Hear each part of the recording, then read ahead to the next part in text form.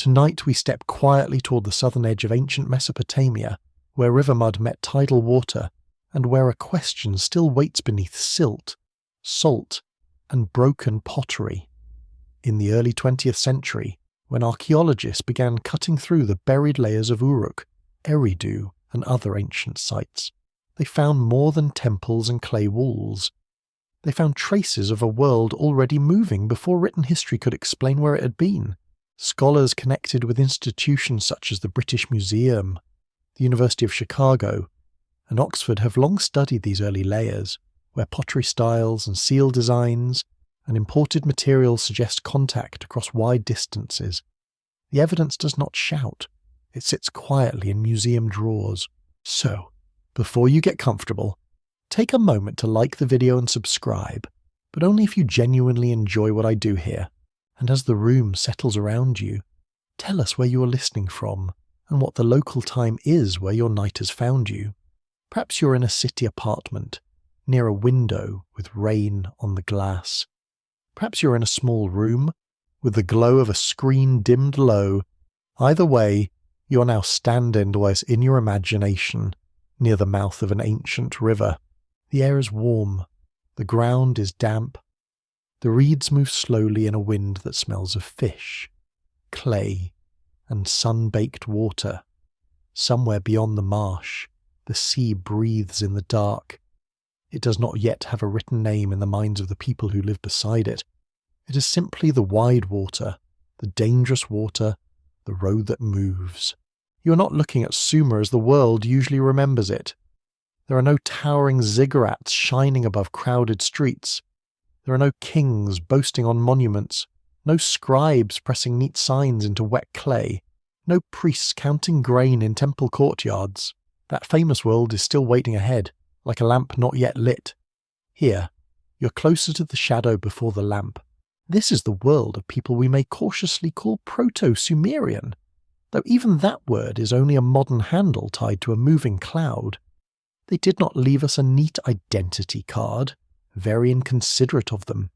They lived before the full rise of a written Sumerian civilization in a landscape of marsh settlements, mud brick houses, reed huts, and communities shaped by water. Their world was not empty or primitive. It was complex in quieter ways. Records confirm that southern Mesopotamia became one of the earlier centers of urban civilization, with cities such as Uruk expanding dramatically during the 4th millennium before the Common Era. Excavations show large public buildings, craft production, administrative seals, and long-distance exchange. Yet those urban achievements did not appear from nothing. They grew from earlier habits, older movements, and local experiments, many of them carried by people who understood rivers better than roads. And that is where the hidden question begins. If these early communities lived beside channels, lagoons, marshes, and the Persian Gulf, could some of them have sailed beyond the Fertile Crescent before history clearly names them? Could their boats have slipped along coasts, touched islands, reached unfamiliar shores, and returned with stories that later became trade, myth, or memory? No one can answer that with a clean, satisfying certainty. That would be far too convenient. Archaeologists remain divided over how far early southern Mesopotamian influence travelled by water, and how much contact came through direct voyaging rather than gradual exchange between neighbouring communities. Some researchers emphasise local development, others point to imported materials, shared motifs, and maritime geography as signs that early water travel may have been more important than the older histories allowed. So you begin carefully, not with a claim, but with a shoreline. The Fertile Crescent is often imagined as a ribbon of green land, curving from the Levant through northern Mesopotamia and down toward the twin rivers. It is a useful image, but a little too tidy. The real ancient landscape was less like a drawn map and more like a living body. Rivers changed course, marshes widened and shrank, floods remade the ground. The coastline itself shifted over thousands of years, leaving places that were once habitable under later deposits or beneath water. You can almost feel that instability beneath your feet. The mud sucks softly at your sandals. Dragonflies hover above brown channels. Birds rise from reed beds in sudden pale flashes. A child carries a basket of fish. An old woman shapes clay near a doorway. Men patch a reed boat with dark bitumen, that sticky black material gathered from natural seepages and used to seal water out. The smell is sharp and oily, not glamorous, very historical. That bitumen is more than a detail. It is one of those modest clues that changes the mood of the story. Archaeological finds from the wider region show that bitumen was used in ancient boat construction, especially to waterproof reed vessels. In a land where timber was scarce, reeds were not a poor substitute. They were abundant, flexible, and perfectly suited to shallow water. With enough skill, a reed boat could move through marshes, along river mouths, and perhaps farther out where the water became wide and uncertain. A fringe tidbit sometimes whispered around ancient Mesopotamian discussions is that early Gulf sailors may have followed routes so old that later myths remembered them as journeys between sacred lands rather than ordinary travel. You should hold that idea gently. It is not proof. It is a candle held near a wall, showing shapes that may or may not be there. Still, it reminds you that ancient people did not separate geography, trade, religion, and memory as neatly as modern textbooks do. A voyage could be practical and sacred at once. A boat could carry fish, shells, copper, dates, and a story about the beginning of the world. A sailor could be a worker, a guide, a ritual participant, and someone who knew when the wind smelled wrong. Human life was rarely divided into clean categories. Ancient life was especially untidy. You look again toward the darkened water. Somewhere beyond the river mouth, the Gulf stretches southward, bordered by lands that later generations would know through trade, legend, and inscriptions. Long before recorded history, there may have been coastal paths of movement, not grand expeditions with flags and heroic speeches, but small journeys repeated until they became normal. One family goes a little farther. One boat follows the birds. One trader hears of shells from an island. One return journey proves that the horizon is not a wall. In time, repetition becomes knowledge. Knowledge becomes custom. Custom becomes a network.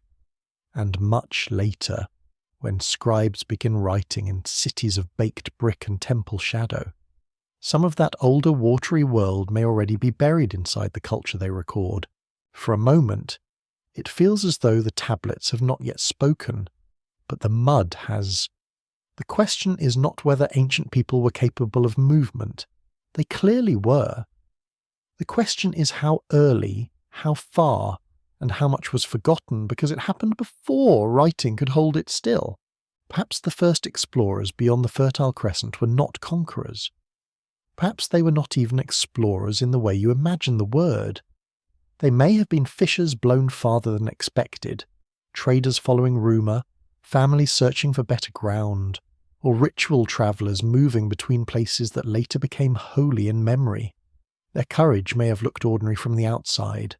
A patched boat, a bundle of food, a child told to sit still, a nervous laugh before dawn, and beneath that ordinary courage, something vast may have begun.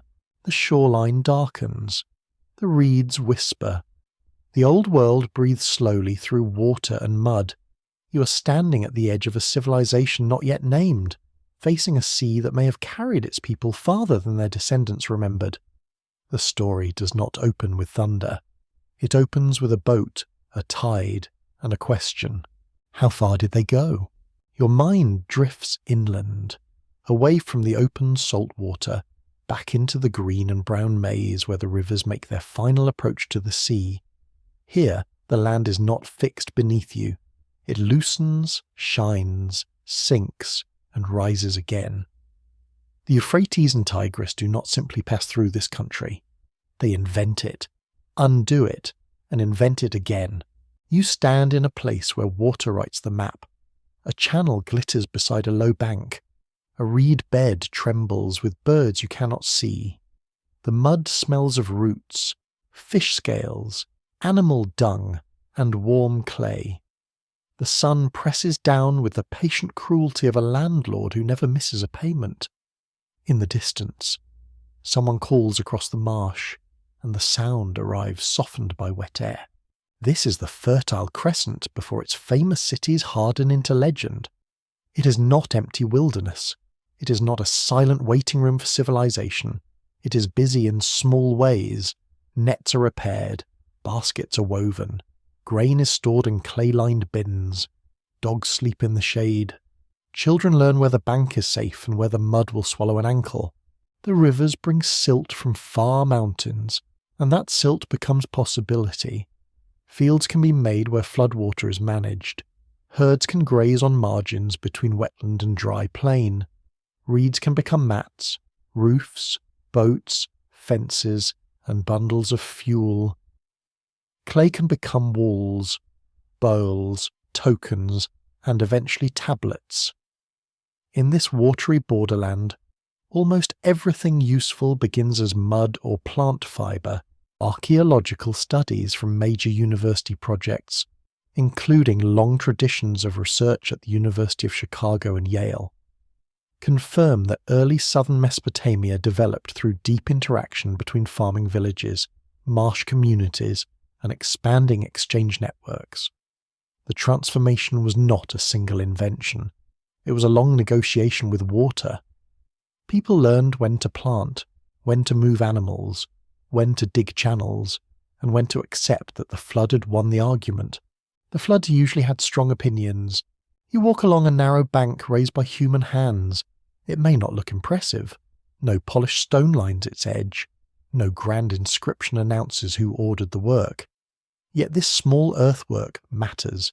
It means someone observed the water long enough to influence it. Someone understood that a ditch, a barrier, or a cleared channel could change the behaviour of a whole neighbourhood. That knowledge is quiet power. It does not shine like bronze. It does not sit in a palace. But it teaches people how to move through a landscape that refuses to stay still. If you live here, you learn routes that vanish in one season and return in another. You learn which channel is deep enough for a boat at dawn.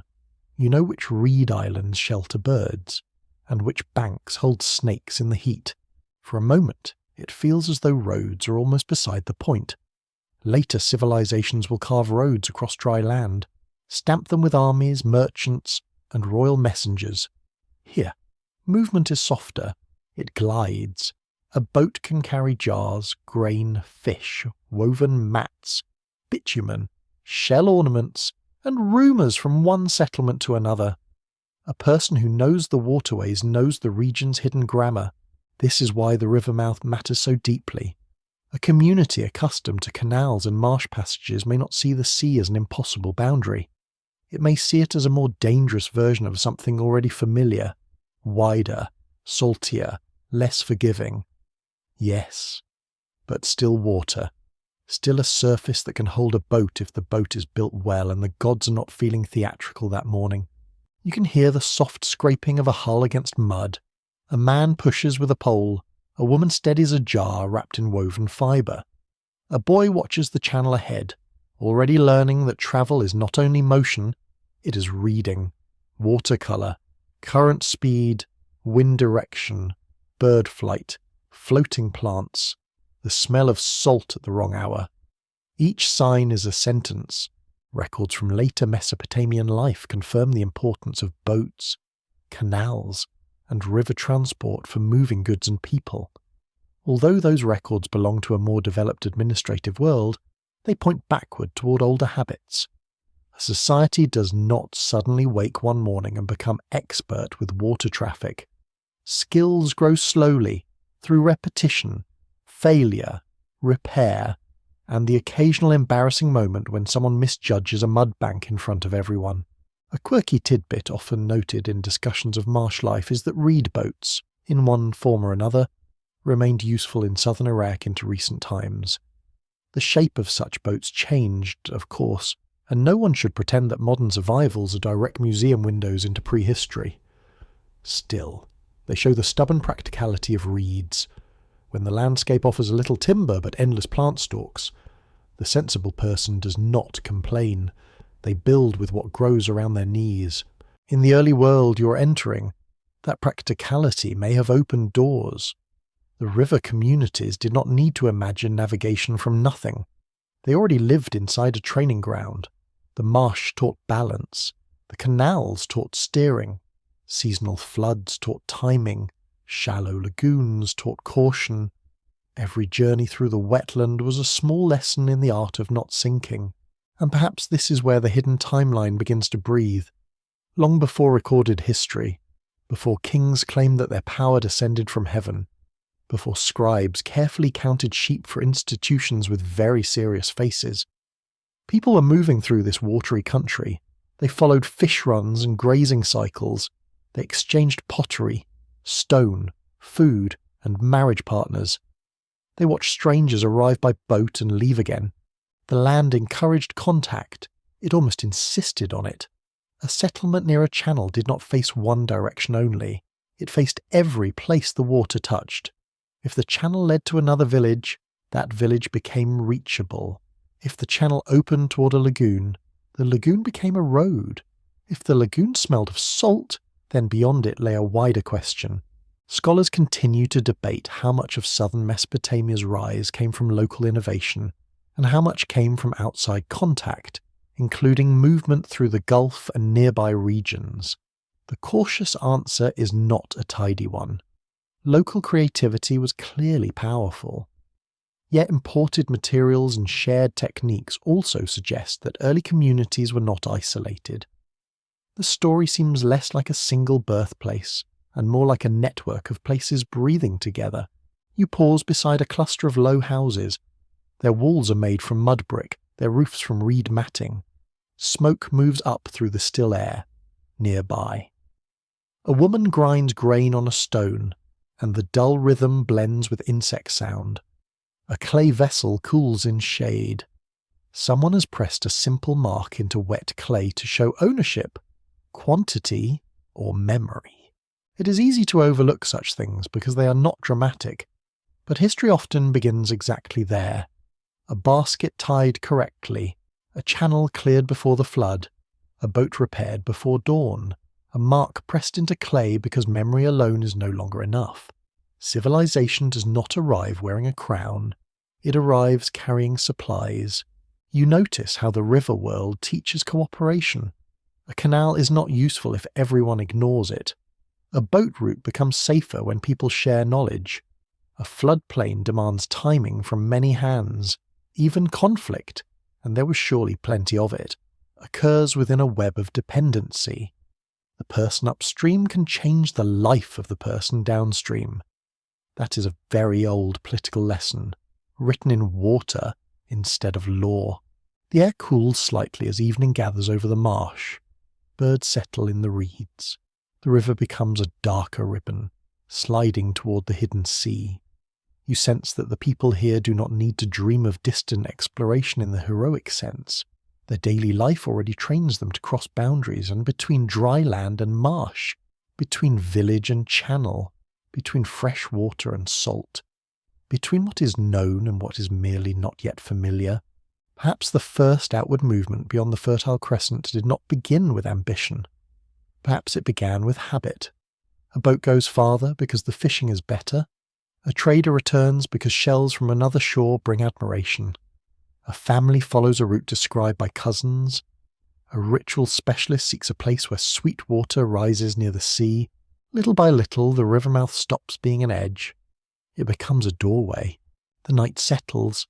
The insects grow louder, in your ears.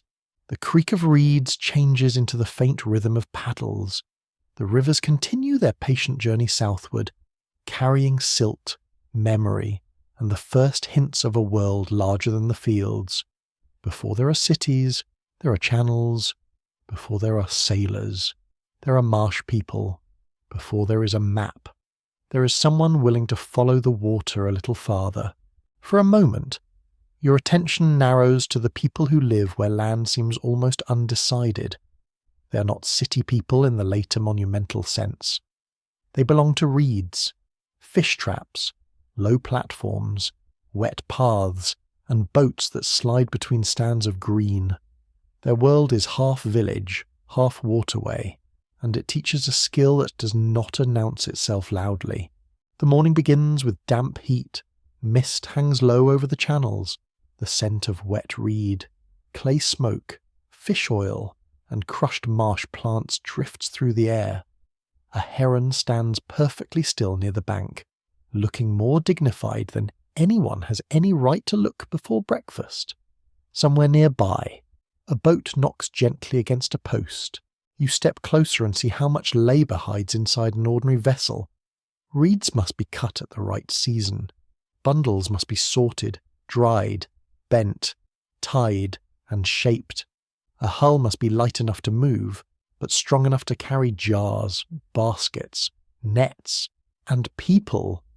If it sits too low in the water, it becomes a very sad basket. If it is sealed badly, everyone discovers the mistake together. This is the craft world of the marsh. It is not glamorous, but it is deeply intelligent. People who build with reeds know pressure, balance, swelling, rot, current, and repair. They know which fibres hold when soaked. They know where bitumen can be found, heated, mixed, and smeared along seams. They know that a boat is not just an object. It is a promise that the water will not enter faster than you can cross. Archaeological work in southern Mesopotamia has shown that reed architecture, clay construction, canal management, and bitumen use were central to life in the deep past. Research traditions at institutions such as the University of Pennsylvania and the University of Chicago have helped trace how early communities worked with fragile materials that often leave only indirect evidence. Reeds decay, ropes vanish, and wooden pieces disappear. Yet impressions, residues, models, tools, and related artifacts still whisper of a technical world built from perishable things. That is the frustrating beauty of ancient marsh history. The most important objects may be the least likely to survive. A temple wall can collapse and still remain as a mound. A clay tablet can break and still speak. A reed boat, used hard under sun and water, may leave almost nothing behind. History can be unfair like that. Still, the absence of perfect evidence is not evidence of absence. It is a caution, not a locked door. When you look across the marsh, you are seeing a place where expertise could flourish without becoming stone. The people here may have known things that never reached inscription. They may have passed knowledge by hand, by demonstration, by correction, and by the oldest teaching method known to families everywhere, which is someone saying not like that. Give it here. You watch a young worker push a vessel away from the bank. An older man murmurs instructions. The pole enters the water at a slight angle. The boat turns badly, bumps the reed wall, and stops. No one cheers. The lesson continues. This practical education matters because sailing beyond familiar river mouths would not require a sudden leap from ignorance to genius. It would require extensions of skills already used every day. If you can judge depth in a muddy channel, you can begin to judge shallows near a coast. If you can patch bitumen on a leaking hull, you can survive minor damage away from home. If you can read wind over marsh water, you may slowly learn wind over open water. Of course, the sea is not a marsh. It is larger, stranger, and less patient. The tide pulls differently. Waves lift and twist the hull. Salt changes the smell of everything. A familiar bank disappears behind you, and suddenly your confidence begins negotiating with your stomach. Ancient courage may often have felt like nausea wearing a serious expression. A quirky fringe idea sometimes attached to the old Gulf world suggests that reed boat builders preserved techniques so ancient that their origins could reach back into submerged communities, now lost beneath later sea levels. That idea is difficult to prove, and it should be treated with care, yet it fits the general truth that working traditions can survive long after their first settings have vanished. A knot, a hull shape, or a method of sealing may outlive the village that invented it. Here, you begin to sense the hidden system beneath ordinary labour. Water people do not only travel, they organise space differently. Their world is measured by channels, landing points, reed islands, fish grounds, safe bends, and seasonal dangers. A dry land traveller may think in paths and ridges. A marsh traveller thinks in currents and openings. The map is alive. In such a place, exploration can happen without anyone calling it exploration. A fisher tries a new lagoon. A trader follows a rumour about good clay downstream. A boatman carries a family to a settlement across water after a flood damages their house. A group travels at night because the heat has become ridiculous, which is a very Mesopotamian reason to reconsider your schedule. These journeys build memory, not written memory yet, but working memory. The body remembers which turn comes after the tall reeds. The ear remembers the sound of water over shallow ground. The nose detects salt earlier than the eye sees open water. The hands learn how a loaded boat behaves when the current quickens.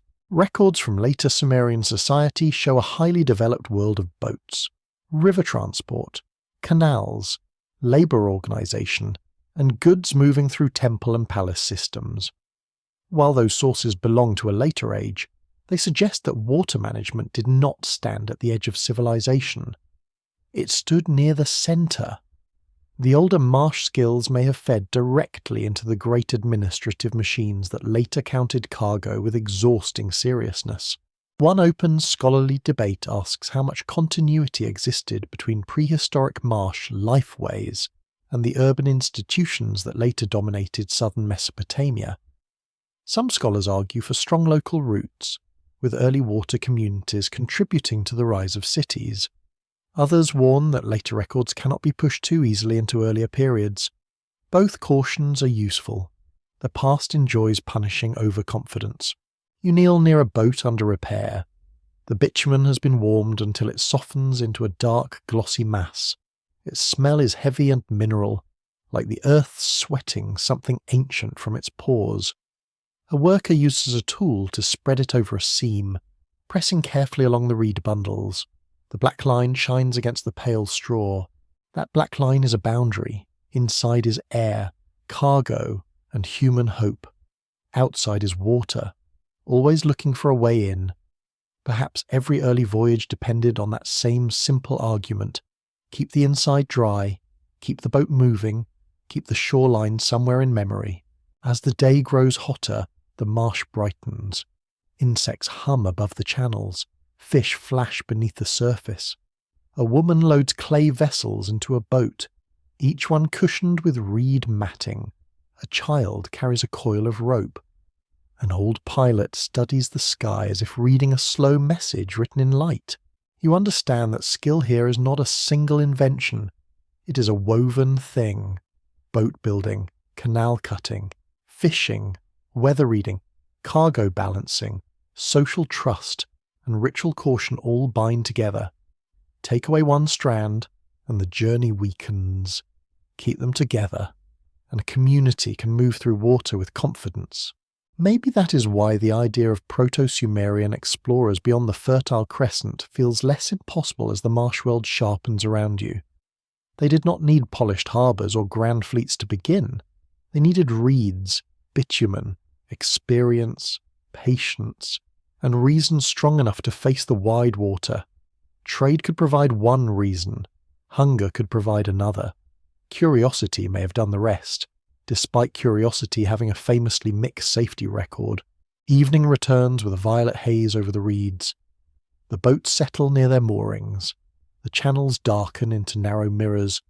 Somewhere far beyond the marsh, the Gulf waits, pulling gently at every river that enters it. The people here may not think of themselves as standing at the edge of history. They are mending, loading, teaching, and arguing over practical matters. Yet in those ordinary acts, a larger possibility takes shape. The first long journeys may have begun not with a king, not with a conquest, not with a legend carved into stone, but with marsh people who trusted their hands, their boats, and the water's changing moods. And the water, being ancient and difficult, taught them slowly. The sound of water begins to change into the soft press of a reed stylus. You're no longer only standing among boats and marsh banks. You're listening for the later voices that tried, imperfectly, to remember what the water once meant. Those voices come to you through clay, and clay has a peculiar patience. It can sleep under ruins for thousands of years, waiting for a hand to turn it over. You enter a room of stored fragments. The air feels dry, dusty, and still. Shelves hold tablets no larger than a palm, some broken at the edges, some burned hard by ancient fire. A faint mineral smell rises from them, like rain that never quite arrived. Each tablet carries wedge-shaped marks pressed by people who are not trying to entertain you. They were counting, recording, listing, and managing the stubborn details of life. Very glamorous work, naturally. Yet inside those practical marks, another world appears.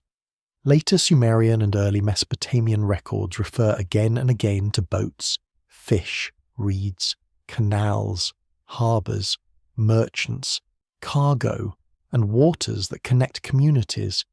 Administrative tablets list goods moved by vessel. Literary compositions speak of divine journeys. Royal inscriptions praise canal works. Myths carry gods across watery distances, sometimes with an ease that feels almost casual, as if the world itself were expected to be crossed by boat. The mainstream historical fact is simple, but powerful. Cuneiform texts from southern Mesopotamia, preserved in museum collections and studied by major research institutions such as Oxford, Yale, and the University of Pennsylvania, confirm that water transport was central to the economic and religious life of the region. Boats were not background decoration. They were instruments of labour, administration, ritual, and imagination. You touch the edge of that truth gently. These tablets are not direct diaries from Proto-Sumerian explorers. They do not say, with wonderful convenience, that a named sailor left the Fertile Crescent at dawn and returned 3 months later with shells, copper, and an unnecessarily dramatic story. Ancient records rarely cooperate that neatly. They give lists, hymns, odd phrases, broken lines, and references that demand careful reading. Still, fragments can matter. A broken tablet is not silence. It is a partial whisper. In later Sumerian tradition, the sea often appears as both boundary and pathway. The marshes, canals, and gulf are not merely scenery. They are part of the sacred and economic imagination. Deities travel, sacred objects move, foreign goods arrive, distant lands are named in relation to desired materials or divine associations. The texts do not always explain the mechanics. They assume a world where movement across water is possible. That assumption may preserve the shadow of older experience. Before full writing, before tablets could fix transactions and hymns into form, communities were already moving things and stories across rivers and coastlines. When writing finally appears, it captures a world already thick with inherited habits. It records the visible surface of practices with deeper roots. Your eyes settle on a tablet listing fish. It is not romantic. It may record quantities, deliveries, or obligations. Yet behind every fish sign is a fisherman, a net, a channel, a boat, a market, and a stomach waiting somewhere with expectations, history, at its most honest. It is often just logistics with ghosts attached. Then another text speaks in a different register. A mythic journey unfolds across divine territory. The place names feel half real, half sacred. A god or goddess moves from one region to another, carrying authority, danger, or gifts. The water is not explained like a map in a schoolbook. It is sensed as a medium of passage. The world is connected through ritual imagination. A quirky fringe tidbit sometimes raised by enthusiasts is that later legends of distant sacred lands, especially places associated with purity, abundance, or immortality, might preserve faint memories of real Gulf trading zones. This is a tempting idea, and it should not be swallowed whole. Myth is not a shipping receipt, but myth can hold geography in symbolic form, especially when places become wrapped in ritual prestige. You can picture how that might happen. A real island becomes a sacred island. A trading partner becomes a legendary land. A difficult voyage becomes a divine crossing. A cargo route becomes a path between worlds. By the time a scribe writes it down, practical memory and sacred poetry may already be braided together. The debate remains open among scholars. Some specialists argue that Mesopotamian literary traditions should be read mainly within their ritual, theological, and political contexts, not treated as coded travel reports. Others suggest that mythic geography sometimes reflects actual zones of contact, especially where texts align with archaeological evidence for trade. The safest path is neither dismissal nor fantasy. It is attention. You listen to the tablets as if listening to distant rain. One sound may be administrative, another may be ceremonial, another may be literary. Together they form a kind of weather. The water is everywhere. It carries grain, reeds, timber, stone, fish, people, offerings, and authority. It connects city to hinterland, temple to field, river to sea. The clay also reminds you that ancient memory does not behave like modern evidence. A culture may preserve a technical habit without explaining its beginning. It may sing of distant waters without naming the first sailors who crossed them. It may turn older journeys into divine pattern. The further back you look, the more the human figures blur, while their movements remain. Your mind drifts into a temple courtyard at dusk. The walls are mud brick, warm from the day. Reed mats soften the ground. A priest speaks near a basin of water. A clerk waits with clay ready in his hand. Outside, labourers unload jars from a boat. The smell of date syrup, fish, wool, and wet rope lingers in the air. Nothing here feels separate. Sacred action, accounting, labour, and travel belong to the same breathing world. Perhaps that is why later records are so valuable. They show a society where water movement had become institutional.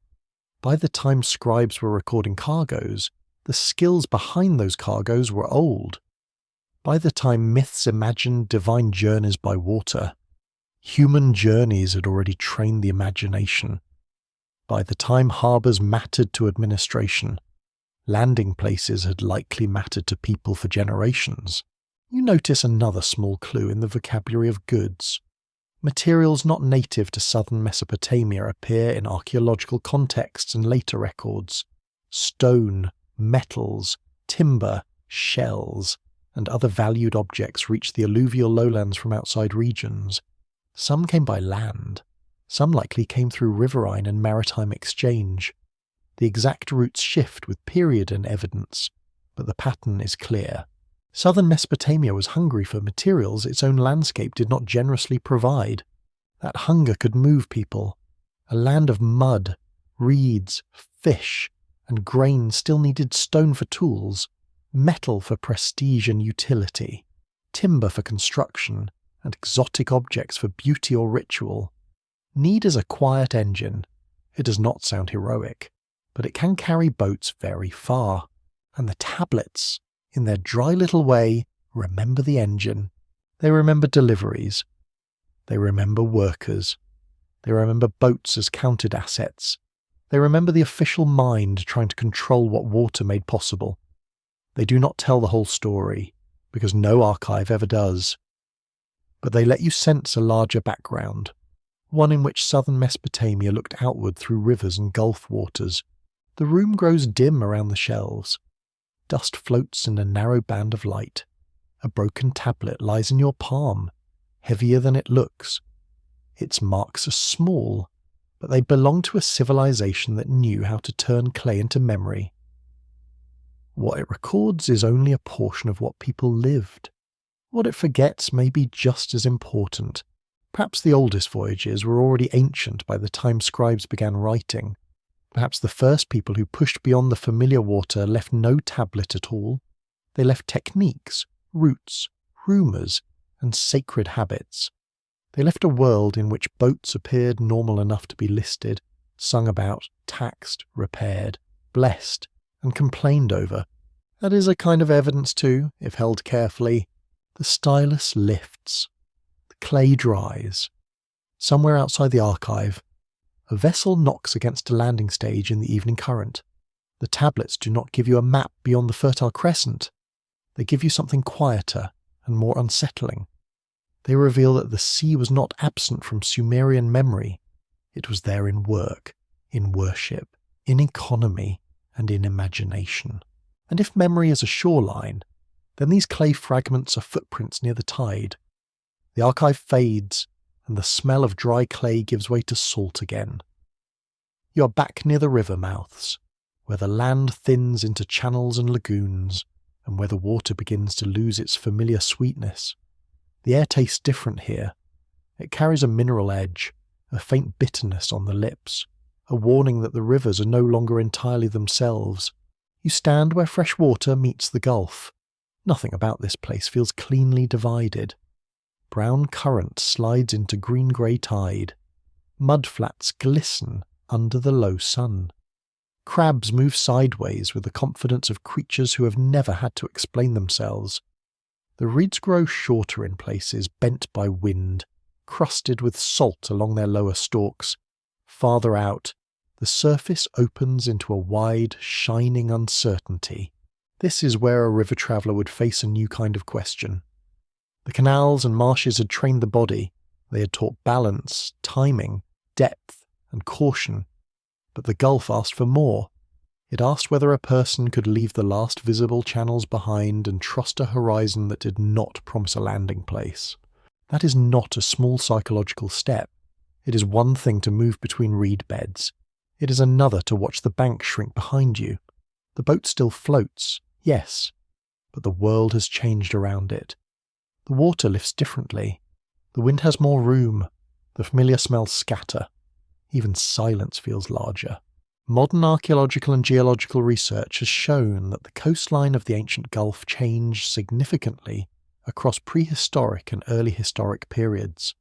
Studies discussed by scholars from major universities, including Oxford and American research teams working on sea level history, suggest that areas now submerged may once have contained habitable plains, lagoons, and shorelines. The ancient coast was not where a modern map might tempt you to place it. Maps can be very persuasive liars. This matters because routes that seem difficult today may have looked different in earlier millennia. A shoreline could have offered stages, shelters, and shallow passages. Coastal movement may have required courage, but not blind wandering into emptiness. People could follow land contours, islands, bird paths, fishing grounds, and the colour shifts that mark shallows. They could travel slowly, hugging safety whenever possible. You picture a small group preparing a journey at dawn. No drums, no royal farewell, no polished heroic speech, just practical anxiety. A vessel is checked, rope is tightened, jars of water are placed carefully near the centre, dried fish, dates, and grain cakes are packed in woven containers. A tool for patching bitumen lies wrapped in cloth. Someone argues about the wind. Someone else pretends not to be worried. The tide pulls outward. That alone can feel like invitation. The mainstream fact here is that southern Mesopotamia was deeply dependent on materials not easily found in its own alluvial plain. Stone, metals, timber, and certain shells came from outside regions through exchange networks that grew more elaborate over time. While later records give clearer evidence, the roots of this outward orientation reach into earlier periods. A region rich in mud and grain still had reasons to look beyond itself. Need gives the horizon a purpose. Without need, the sea is only danger. With need, it becomes possibility wearing a rather unfriendly face. If copper lies beyond known lands, if shell ornaments arrive from a distant island, if timber comes through routes no farmer can see, then someone must be moving between worlds. Maybe not always the same people, maybe not always directly, but movement is there. A fringe tidbit, sometimes attached to ancient Gulf exploration, is the idea that forgotten shore communities may have acted as the first guides for later Mesopotamian travellers. These communities may have lived along now vanished coasts, leaving little behind because the sea rose over their camps, landing places, and graves. It is an intriguing thought, though difficult to prove. The water is a poor archivist when it feels like being one, yet the idea has a quiet logic. Coastal peoples often know their waters better than inland neighbours do.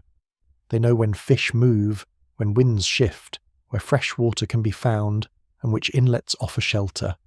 If early southern Mesopotamian communities expanded into Gulf travel, they may have done so through contact with people already living along those margins. Exploration is often not a solitary discovery. It is a conversation. You hear that conversation in small imagined exchanges, a gesture toward the south, a shell held up in the light, a warning about a shoal, a story told through a few shared words, many signs, and the universal human expression for do not go there unless you enjoy regret. Over time, such exchanges could become roots. This is where the hidden timeline lengthens. Long before recorded history, before proper city archives, before kings claimed ownership of canals and gods claimed ownership of kings, there may have been a network of shoreline knowledge around the Gulf. Some of it belonged to fishers, some to traders, some to families moving with water and season, some to ritual specialists seeking places where the world felt charged with meaning. The Gulf itself was not merely a body of water, it was an ecological corridor. Its coasts connected southern Mesopotamia with Arabia, Iran, and islands that later became important in trade traditions. Winds, currents, and seasonal patterns could either help or punish movement. Ancient sailors did not need modern instruments to notice repeated conditions. They needed patience, memory, and enough failed attempts to develop strong opinions. Scholars continue to debate how early true maritime exchange developed in the Gulf, and how much can be assigned to communities before the better documented urban periods. Some argue that evidence for significant seafaring becomes clearer only in later eras. Others suggest that the environmental setting and material exchanges imply older experimental voyaging. The cautious middle ground allows for gradual development, with small journeys preceding recognizable trade systems. That middle ground may be the most human. Rarely does a whole maritime world appear suddenly. Someone first crosses to a nearer shore. Someone later reaches an island. Someone discovers that a return can be made safely in a certain season. Another person repeats it with more cargo. A dangerous act becomes a known route, and then a known route becomes almost boring, which is how many great revolutions disguise themselves. You look toward the water again. The Gulf is not roaring. It is calm tonight, almost suspiciously calm. Low waves fold against mud. The sky darkens into copper and blue. In the distance, a line of birds moves southward, their bodies turning together like a single thought. A sailor might watch them and wonder what they know. The boat pushes away. At first, the water remains shallow and brown. Poles still reach bottom. Then the mud drops lower. The pole touches nothing. The paddles take over. The hull lifts and dips. Behind you, the reed line becomes a dark fringe. Ahead, the open water receives the fading light. This is not yet a journey to the ends of the earth. It is more modest, and therefore more believable. Perhaps the goal is a known camp along the coast. Perhaps an island visible in clear weather. Perhaps a fishing ground where larger catches gather. Perhaps a place where shells can be collected, or stone obtained through exchange. Exploration begins with errands. The unsettling part is how little would remain. A successful crossing leaves no monument. A beach landing may vanish. A traded shell may be moved again and again until its origin becomes invisible. A story of a risky voyage may become a family boast, then a ritual memory, then a myth with the practical details politely removed. Still, the water keeps the shape of the possibility. The river mouths open into the Gulf. The Gulf opens toward islands and coasts. The communities behind you already know boats. The communities ahead may already know the shoreline. Between them lies a distance that is dangerous but not impossible. And you, drifting in that imagined vessel, begin to feel why the edge of the Fertile Crescent may never have been a true edge at all.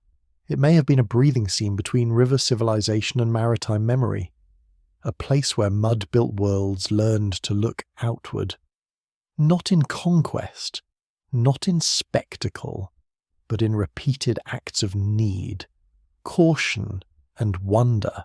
The last reed beds fade into dusk. The boat moves under a widening sky. Behind you, the rivers continue carrying silt from the north. Ahead, salt water darkens into night. Somewhere beyond the safe river mouths, the hidden routes wait without names, and the first travellers follow them softly. The open water carries you toward islands, and the thought of land returns like a small mercy. Out in the ancient Gulf, an island would not be a decorative detail on a map. It would be relief, shelter, rumour, and proof. It would mean that the horizon had not swallowed everything. It would mean that a journey could pause. You imagine the first sight of low ground after hours of water. It may appear as a thin darkness against the glare, then a warmer shape beneath the sky. Birds circle above it. The water changes colour near its shallows. The smell shifts from open salt to shore mud, shells, fish, and sun-warmed stone. Someone in the boat points, though everyone has already seen it. No one says much. Relief can be quiet. Islands are powerful things in early maritime worlds. They break distance into bearable pieces. They give sailors a place to repair a hull, collect water if water can be found, dry nets, trade, rest, argue, pray, and pretend they were never worried. For people moving beyond the safe river mouths, islands could become stepping stones across fear. In later Mesopotamian tradition, the land known as Dilmun occupies a strange and important place. Many scholars connect Dilmun with Bahrain and nearby Gulf regions, though the identity and scope of Dilmun changed across time. It appears in texts as a place of trade, purity, distance, and abundance. It is not simply one thing. It is geography, commerce, and sacred imagination folded together. Excavations in Bahrain and the wider Gulf have revealed evidence of long-distance trade connecting Mesopotamia with lands rich in copper, shell, stone, and other materials. Research discussed by major institutions, including American archaeological teams and British Museum scholarship, confirms that Bahrain became a key node in Gulf exchange during later 3rd and 2nd millennium periods before the Common Era. Yet the deep question remains older and more elusive. Were those later networks built on earlier patterns of movement? You step onto the imagined shore. The sand is coarse under your feet. Shell fragments crack softly beneath your weight. Date palms may not yet stand in ordered groves everywhere, but patches of green gather where fresh water allows. The air is hot and bright. The sea flickers beyond the beach, while inland the ground rises gently, carrying the smell of dust and salt. A place like this could hold many meanings. To a traveller from the marshes, it might seem both familiar and strange. There is water everywhere, but not the soft brown channels of home. There is land, but it does not behave like the floodplain. The sky feels larger. The silence has fewer insects and more wind. You are between worlds, which is exactly where trade likes to grow. The mainstream fact is that Gulf islands later served as important intermediaries in exchange between Mesopotamia, Eastern Arabia, and regions farther east. Archaeological finds, including seals, weights, pottery, and burial evidence, show that islands were not isolated dots. They were active participants in movement. Goods did not float through history by themselves. However convenient that would be for tired archaeologists, people carried them, guarded them, counted them, and sometimes lost them in ways that must have caused memorable arguments. If Proto-Sumerian or early southern Mesopotamian travellers reached such places before the full flowering of cities, they may have done so in modest ways. Not as colonizers planting banners, not as captains of grand fleets, but as visitors, exchange partners, or seasonal voyagers. Their presence might leave faint traces, especially if their goods were perishable or their visits brief. A boat landing does not always become a monument. A trade conversation rarely fossilizes. A quirky fringe tidbit attached to Dilmun is its later association with a kind of paradise. A pure land where sickness and age were imagined differently in mythic language. Some enthusiasts take this as proof of a lost advanced island culture. That is far too firm. A calmer reading is more interesting.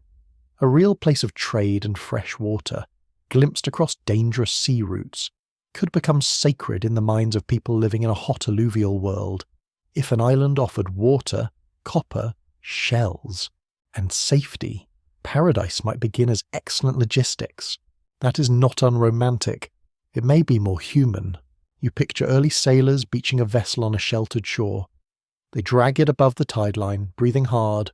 One person checks the bitumen seams, another lifts baskets from the hull, a third walks inland searching for signs of habitation, smoke, or fresh water. A small group approaches from the island side. Their clothing, tools, and speech may differ, but their needs are recognizable. Water, food, trust, distance, exchange. What would they trade? Perhaps fish, woven goods, dates, bitumen, pottery, shell, or information. Information may be the most valuable cargo of all. Where is the next landing? When does the wind turn harsh? Which shore has hostile people? Which inlet has water? A handful of such knowledge can be worth more than a jar of grain, especially when your boat is small and your confidence has already suffered enough for one day. The scholarly debate here is subtle. Some researchers emphasize the clear evidence for later organized Gulf trade, while warning against projecting that system too deeply into prehistory.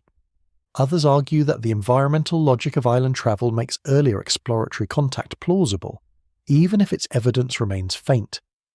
It is possible that the truth lies in gradual layering. First came opportunistic visits, then familiar routes, then exchange traditions, then administrative recognition, then myth. You sit in the shade of a low shelter. The roof is made from palm or reed material, and the shade has the thin, precious quality of mercy. Nearby, shells are sorted. Their pale surfaces glow in the afternoon light.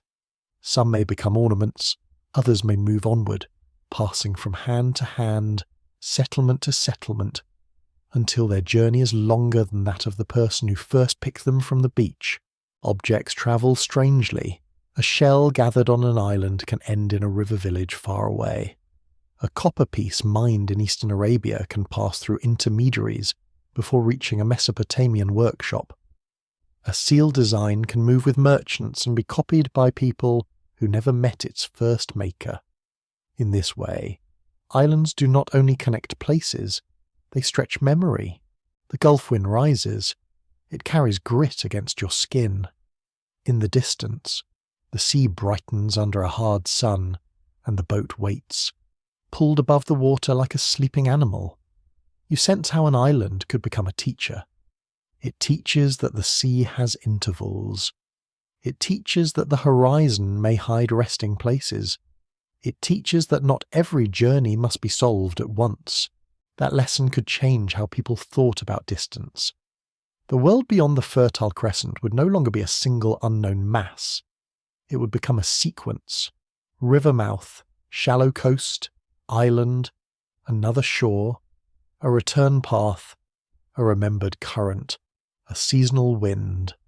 Once distance becomes a sequence, it becomes manageable. Perhaps this is how the hidden maritime pattern formed.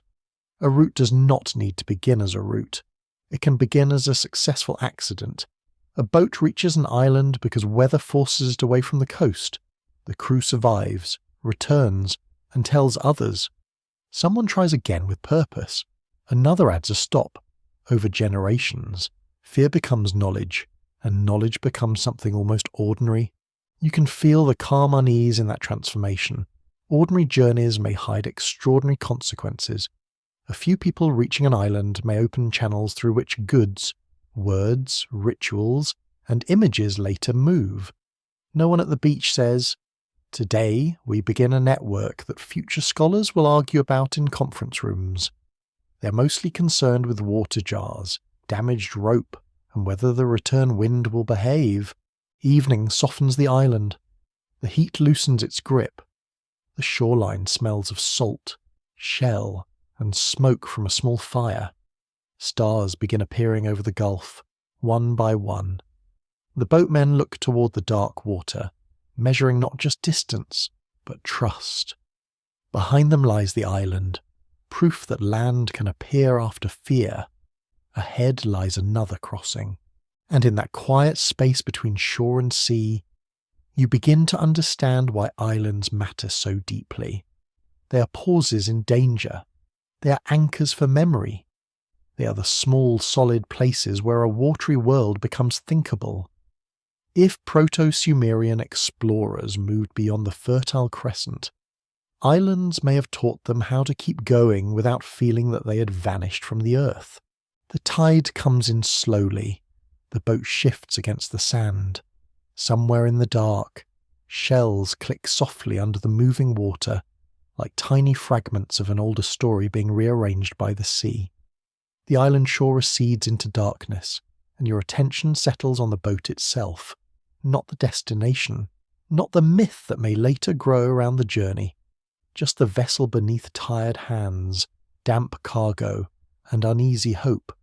In an ancient maritime world, nothing is more important than the thing that keeps the water outside. You can smell it before you study it. Bitumen has a heavy scent, sharp and earthy, almost like stone melted into smoke. It clings to the air around the seams, under the moon. It shines in dark patches against the pale bundled reeds. It is not beautiful in a polished way. It is useful, which is often better, especially when the alternative is sinking with dignity. The hull is made from gathered plants, tied and shaped by people who know how reeds behave when soaked, bent, dried, and loaded. It is a flexible body. It does not challenge the water like a stone wall. It yields, lifts, twists, and survives by refusing to be too rigid. That is a lesson many civilizations might have considered earlier. But civilization has always enjoyed learning things the hard way. You crouch beside the boat as someone presses a hand along the seam. The black coating has cracked in a narrow line. A small repair is needed before morning. The tools are simple, the knowledge is not. Fire softens the bitumen. Fingers judge thickness. A strip of fibre is set into place. The patch must hold through chop, weight, and the endless patience of water. Archaeological evidence from Mesopotamia and the wider Gulf has confirmed that bitumen was used in ancient waterproofing, including in reed boat construction. Studies of bitumen traces, boat models, and early maritime materials have helped researchers at major universities and museums understand how people in timber-poor landscapes created working vessels from local resources. This is a mainstream fact, and it matters. The earliest sailors did not need forests full of great trees. They needed reeds, skill, and black mineral glue from the earth. There is something almost poetic about that. A boat born from marsh plants is sealed with a substance drawn from deep underground. The softest landscape and the darkest geology meet in one object. Reed and tar, air and water, hand and heat. It is not the sort of poetry people write on purpose. It is better than that. You imagine the workshop before a voyage. Reeds lie in long bundle, smelling green and dry at once. A child runs a palm over their cut ends. Older workers argue about shape. Someone brings bitumen in lumps or baskets, perhaps from a known source where it seeps naturally. A fire is prepared. The air thickens. Smoke rises. The boat slowly becomes more than a bundle. This practical technology expands the possible world. Without waterproofing, a reed craft remains local and fragile. With careful sealing, it can carry heavier loads and survive longer crossings. It still has limits. Of course. No one should picture a reed boat cheerfully crossing every sea like a tourist with excellent sandals. But for marshes, rivers, sheltered coasts, islands, and gulf crossings. Such vessels could be powerful tools. A quirky fringe tidbit that circles around ancient boat discussions is the modern experimental reconstruction of reed vessels, where researchers and adventurers have shown that bundled reed boats can make surprisingly ambitious journeys when built with deep traditional knowledge. These experiments do not prove that Proto-Sumerian explorers sailed beyond every horizon. They do show that ancient materials were not automatically weak or simple. Sometimes modern arrogance leaks worse than an old boat. The debate among specialists remains careful. Some scholars argue that early reed craft were mainly suited to river and marsh travel, with coastal movement developing slowly and unevenly. Others point out that shallow draft vessels, if well sealed and used seasonally, could have supported broader Gulf contact earlier than old models assumed. The argument is not about whether people had boats. They did. It is about range, frequency, and confidence. Those are difficult things to excavate. A cracked bitumen fragment does not reveal whether its boat made one crossing or 100. A seal impression cannot tell you whether the merchant travelled himself or received goods through many intermediaries. A coastal landing place may be buried under silt, drowned by sea level change, or simply gone. The evidence survives in pieces, and the pieces ask you not to rush. You listen to the water slap softly against the hull. Each sound is a question. How far can a vessel like this go? How many people can it carry? What happens when the wind rises? How often must seams be repaired? Where is the safest place to land? The answers are not abstract. They decide whether someone returns home. The crew knows this. They check everything because water punishes laziness with impressive efficiency. Rope tension matters. Cargo placement matters. Drinking water matters most of all. A jar badly sealed or poorly placed can become disaster disguised as pottery. Food must be dry. Tools must be reachable. Weight must sit low. The hull must be watched, not trusted blindly. This is the hidden discipline beneath early exploration. It is easy to imagine ancient voyaging as romantic, all stars and mystery. But much of it was maintenance. Patch the seam, shift the load, bail the water, watch the clouds, keep the fire dry, count the jars, ask the old pilot again, even if he looks annoyed, especially then. The old pilot probably knows something. You feel the roughness of the reed under your hand. It is not the smooth timber of later ships. It has texture, ridges, tiny splinters, and the faint smell of marsh even after days near salt water. The boat carries its birthplace with it. Every vessel becomes a fragment of the wetland moving across the sea. That image changes the meaning of travel. A Proto-Sumerian boat beyond the Fertile Crescent would not only carry people outward, it would carry marsh technology into other spaces. When it arrived on an island or foreign shore, it brought with it a whole way of solving problems. It showed how a society without abundant timber could still move goods, people, and stories across water. This may help explain why maritime exchange could grow from modest beginnings. Early sailors did not have to master the open ocean all at once. They could develop a coastal grammar of movement, repair at known landings, recoat the hull before long stretches, time departures with weather, follow shallow waters where possible, use islands as resting points, keep journeys close enough to memory. Such patterns can become durable. Once a community learns how to prepare boats for repeated movement, everything changes quietly. A distant shell becomes reachable. A copper source becomes less mythical. A neighbouring coast becomes part of the mental map. The unknown does not disappear, but it shrinks into stages. You watch the bitumen patch cool. The surface dulls from shine to matte black. A worker presses it once more, then nods. No ceremony marks the repair. No one composes a hymn to the seam. Yet without that seam, nothing moves.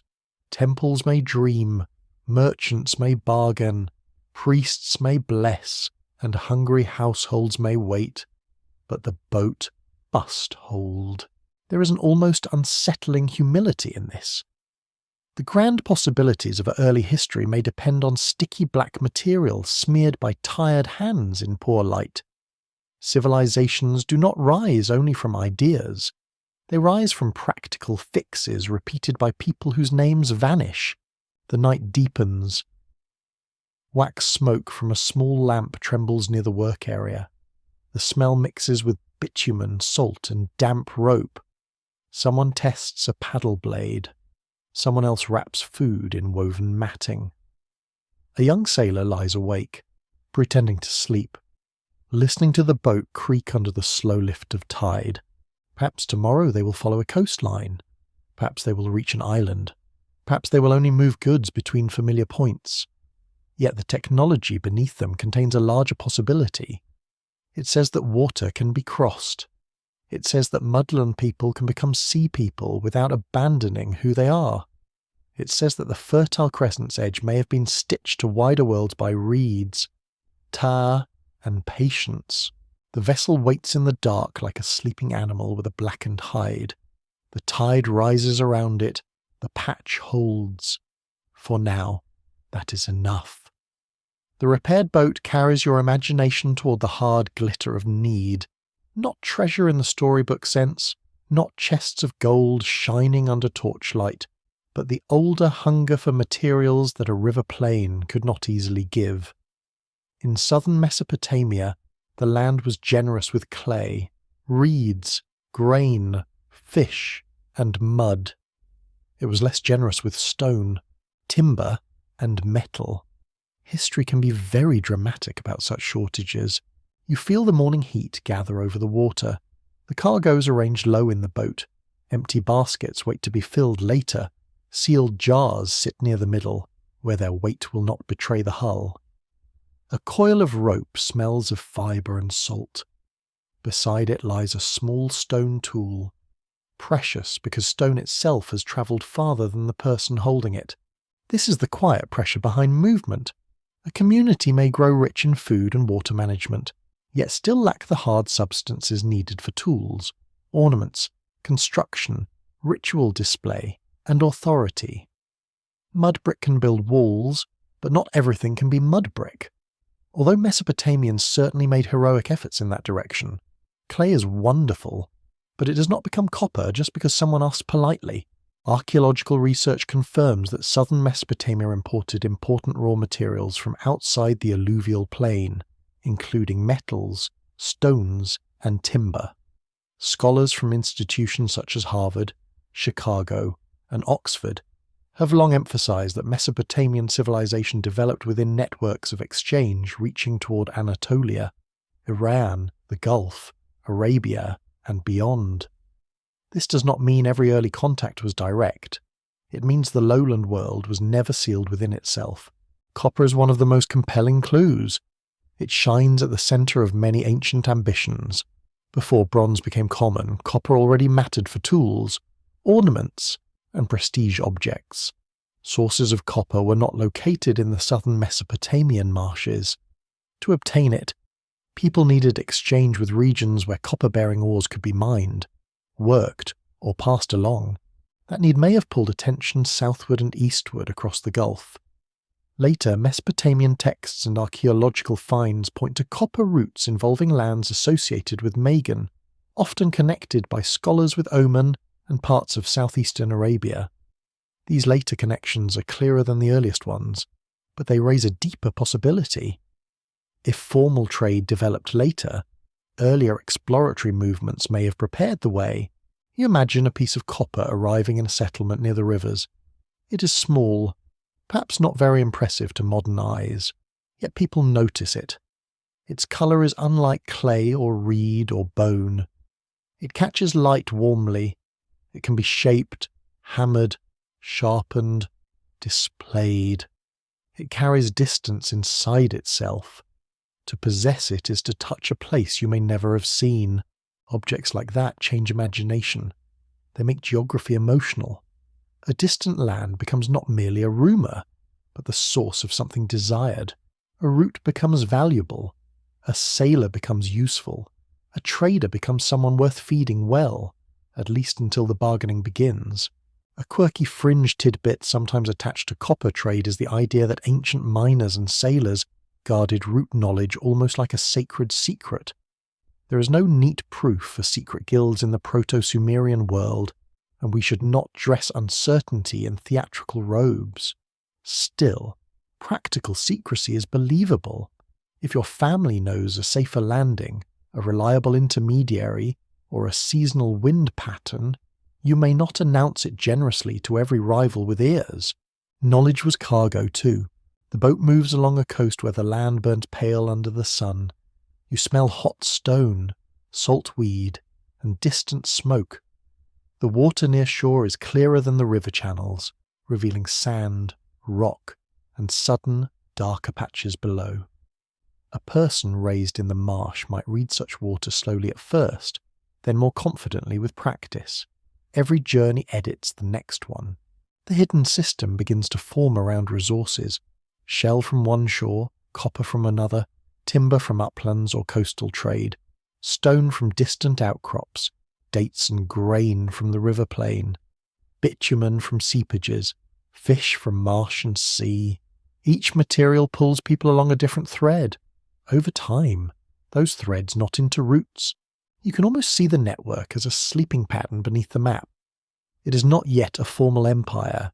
It is not a neat commercial system with ledgers, offices, and exhausted clerks. It is more fluid. Families, specialists, seasonal travellers, island communities, shoreline guides, and inland partners may each play a part. Goods pass through many hands, gathering stories and losing origins. Scholars continue to debate how far early southern Mesopotamian people travelled themselves, rather than receiving goods through down-the-line exchange. Some researchers emphasise the difficulty of proving direct voyages. Others argue that geography, material demand, and later maritime evidence make earlier direct contact plausible in some cases. The careful answer allows for both. Some goods move through many intermediaries. Some people may have gone farther than the surviving evidence can comfortably show. A discomfort is useful. It keeps the story honest. It also leaves the night open. You pause at an imagined landing where copper pieces are being examined beneath a woven shade. The metal is not abundant. It is handled carefully. A trader weighs it against other goods, perhaps using systems still developing toward later standards. Nearby, shell ornaments lie in a shallow basket.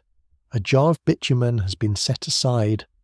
A young man watches every exchange with the grave expression of someone learning how adults make simple things complicated. Trade is never only trade. It is trust, suspicion, language, memory, status, and performance. A successful exchange tells each side that return is possible. A failed one may close a route for years. A gift can become obligation. A debt can become a feud. A marriage can secure access. A ritual meal can make strangers less dangerous. The sea carries all of this invisibly. It carries not just cargo, but relationships. Each voyage beyond the Fertile Crescent may have widened the social world as much as the geographic one. A sailor returning with copper does not bring only metal. He brings names, warnings, gestures, songs, and perhaps a few lies. Because humanity has been embellishing travel stories for a very long time. Your hand rests on a copper fragment warmed by the sun. It feels dense for its size. The surface is uneven, reddish-brown in places, greenish where age or weather has touched it. It is not yet the polished blade of a warrior or the sacred fitting of a temple object. It is potential. That may be why it matters. Potential invites risk. A community that understands the value of distant material may send people outward again. The first trip proves a thing exists. The second asks whether it can be obtained regularly.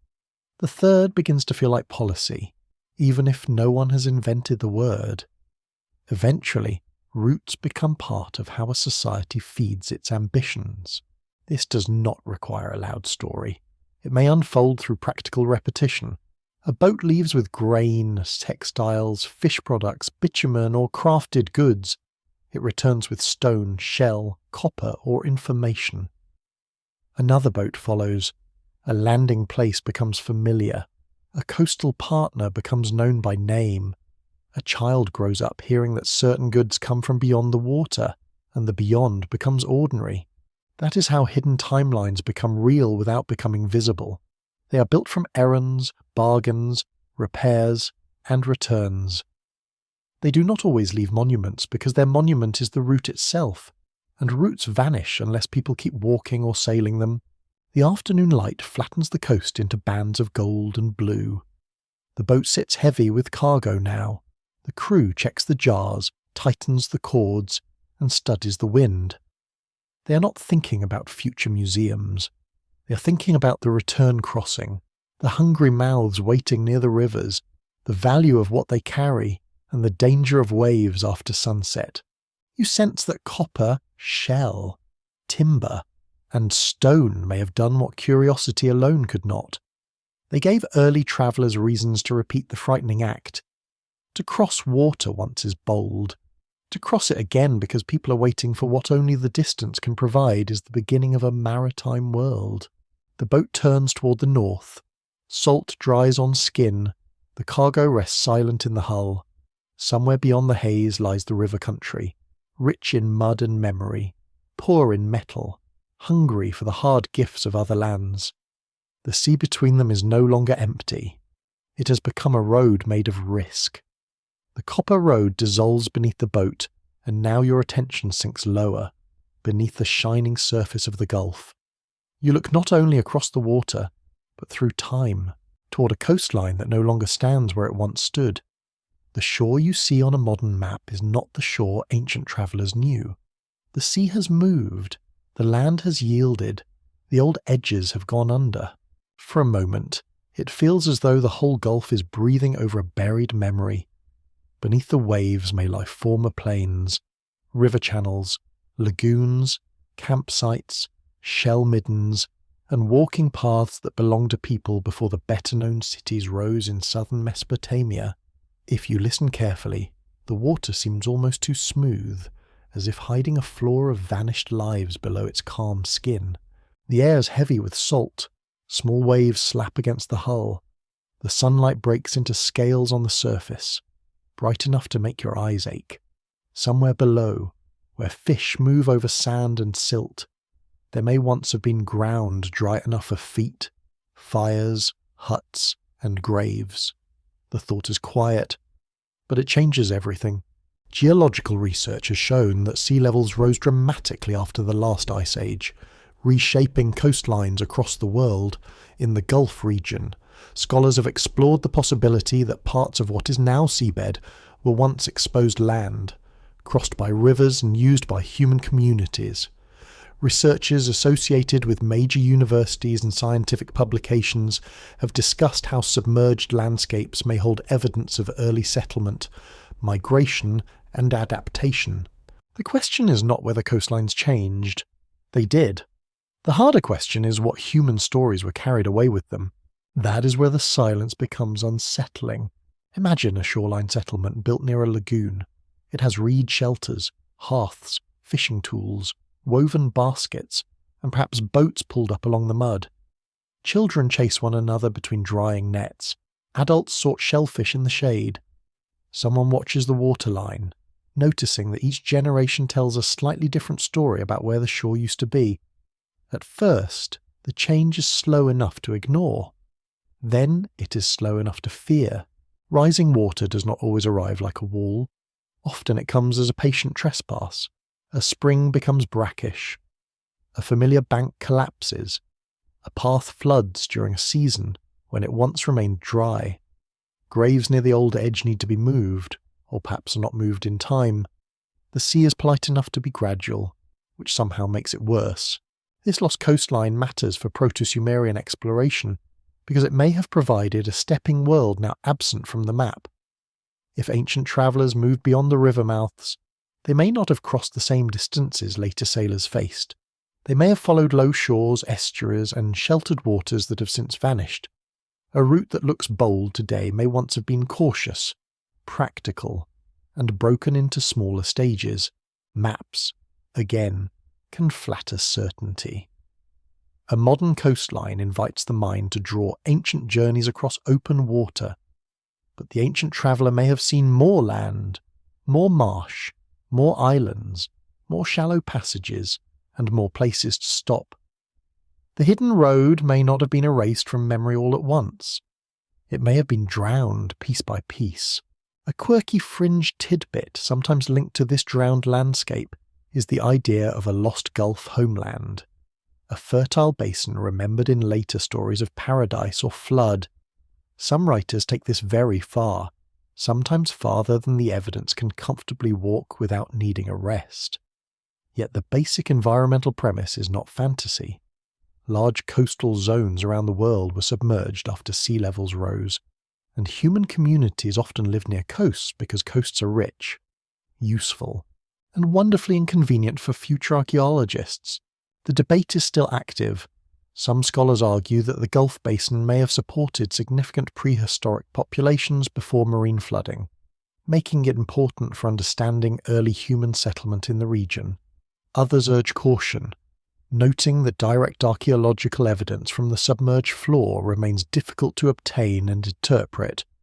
Both sides agree on the need for careful underwater and coastal research.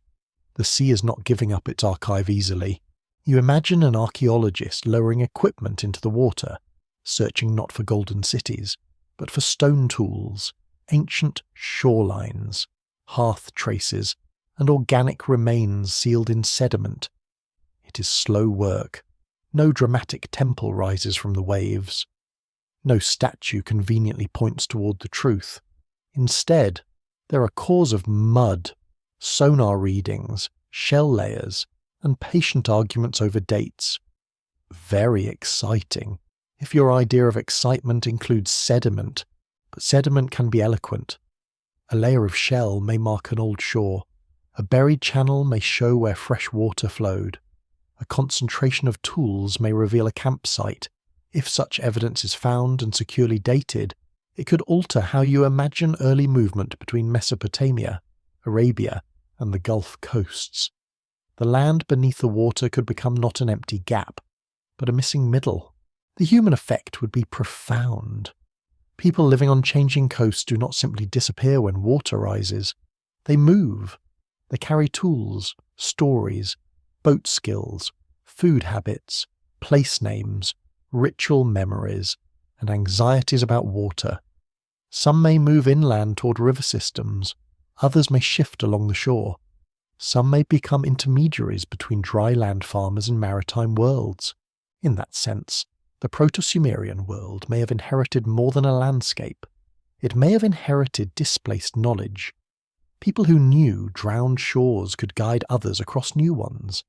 Communities pushed by environmental change could bring maritime habits into growing settlements. Memories of lost ground could become flood stories, sacred geography, or a deep cultural respect for water's power. Your mind drifts to a family leaving a flooded edge. They do not call it climate change. They do not have that phrase. They have a broken bank, a bitter well, a house too close to water, and an elder who remembers when the shoreline was farther away. They load what they can: reed mats, tools, a basket of seeds, a child's charm, perhaps a small image of a protective power. The boat sits low. They move not toward adventure, but toward survival. That distinction matters. Exploration is not always chosen from abundance. Sometimes it is forced by loss. A person may cross a dangerous channel because staying is no longer possible. A community may learn new routes because old ground has vanished. The first outward sailors beyond the Fertile Crescent may have included people pulled by trade, yes, but also people pushed by water, salt, hunger, or shrinking land.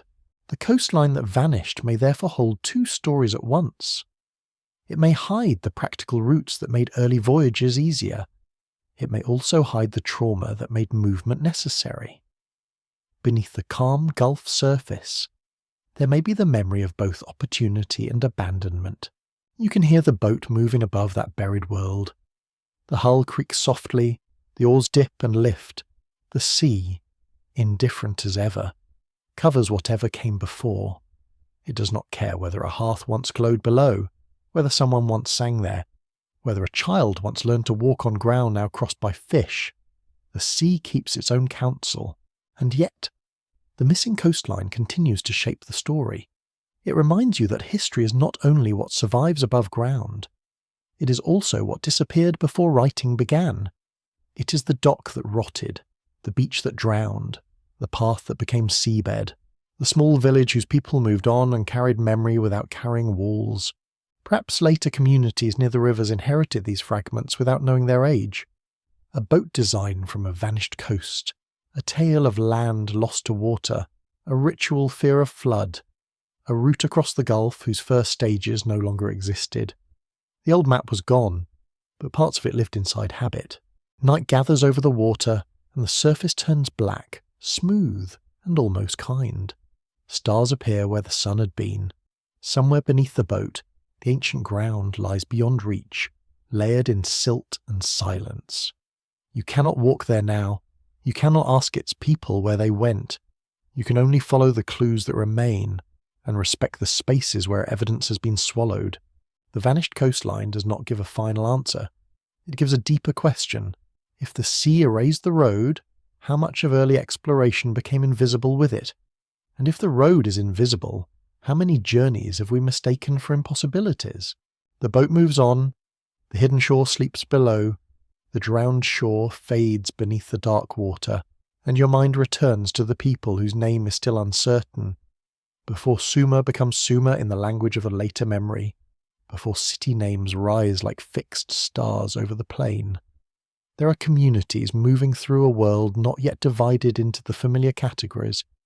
They do not know they are standing at the beginning of something famous. They are simply alive, which is usually demanding enough. You find yourself near a settlement at the edge of a channel. The morning is pale, almost silver.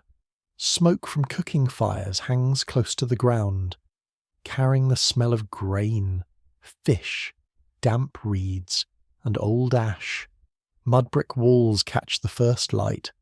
A dog noses through discarded shells. Someone lifts a water jar with both hands and walks carefully along a narrow path, because dignity ends quickly on wet clay. This is a world before labels become hard. Later scholars will speak of Ubaid culture, Uruk expansion, Proto-Sumerians, southern Mesopotamian communities, and early urban development. Those words are useful, but they are modern tools. The people themselves lived inside kinship, craft, ritual, hunger, weather, and local memory. Their identity may have shifted from village to village, from marsh to plain, from one river branch to another. Archaeological research across southern Mesopotamia shows that before the first great cities, there were long phases of settlement growth, craft specialization, irrigation practice, temple-centered activity, and widening exchange. University excavations and museum studies have traced pottery styles, house forms, burial customs, and administrative tools that reveal gradual development over many centuries. Civilization did not fall from the sky fully dressed. It assembled itself slowly, and probably complained while doing so. You walk between low buildings where walls are made from mud shaped by hand and dried by sun. The surface is rough beneath your fingers. It flakes slightly when touched. Reed mats cover some entrances. Inside, rooms are small, shadowed, and practical. Storage jars rest near walls. Grinding stones sit where hands can reach them. Clay figurines or small ritual objects may occupy a corner, their meanings partly hidden from you. Nothing here says empire, nothing here says history has begun, yet everything here belongs to history. The people of this world are already arranging life in ways that later institutions will magnify. They store food, they organize labor, they manage water, they exchange goods, they mark ownership or memory with tokens, seals, or signs. They gather for rituals in buildings that differ from ordinary houses. They learn who has authority, who has skill, who has debts, and who should not be trusted near the best storage jar. A quirky tidbit from discussions of early Mesopotamian culture concerns the so-called lizard-like figurines found in some ancient contexts, especially associated with the Ubaid period. Their elongated heads and strange eyes have inspired all sorts of fringe theories, some of them more imaginative than careful. A calmer view is that they may reflect ritual, identity, ancestry, protection, or symbolic traditions we do not fully understand. Ancient art does not owe modern viewers an explanation, which is rude but understandable. The important thing is not to turn every mystery into a spectacle. These objects remind you that early communities had inner worlds. They possessed symbols, fears, hopes, and sacred patterns that did not need writing to be powerful. If such people travelled beyond the Fertile Crescent, they did not travel as empty vessels of trade. They carried a mental universe with them. That universe may have shaped what they noticed.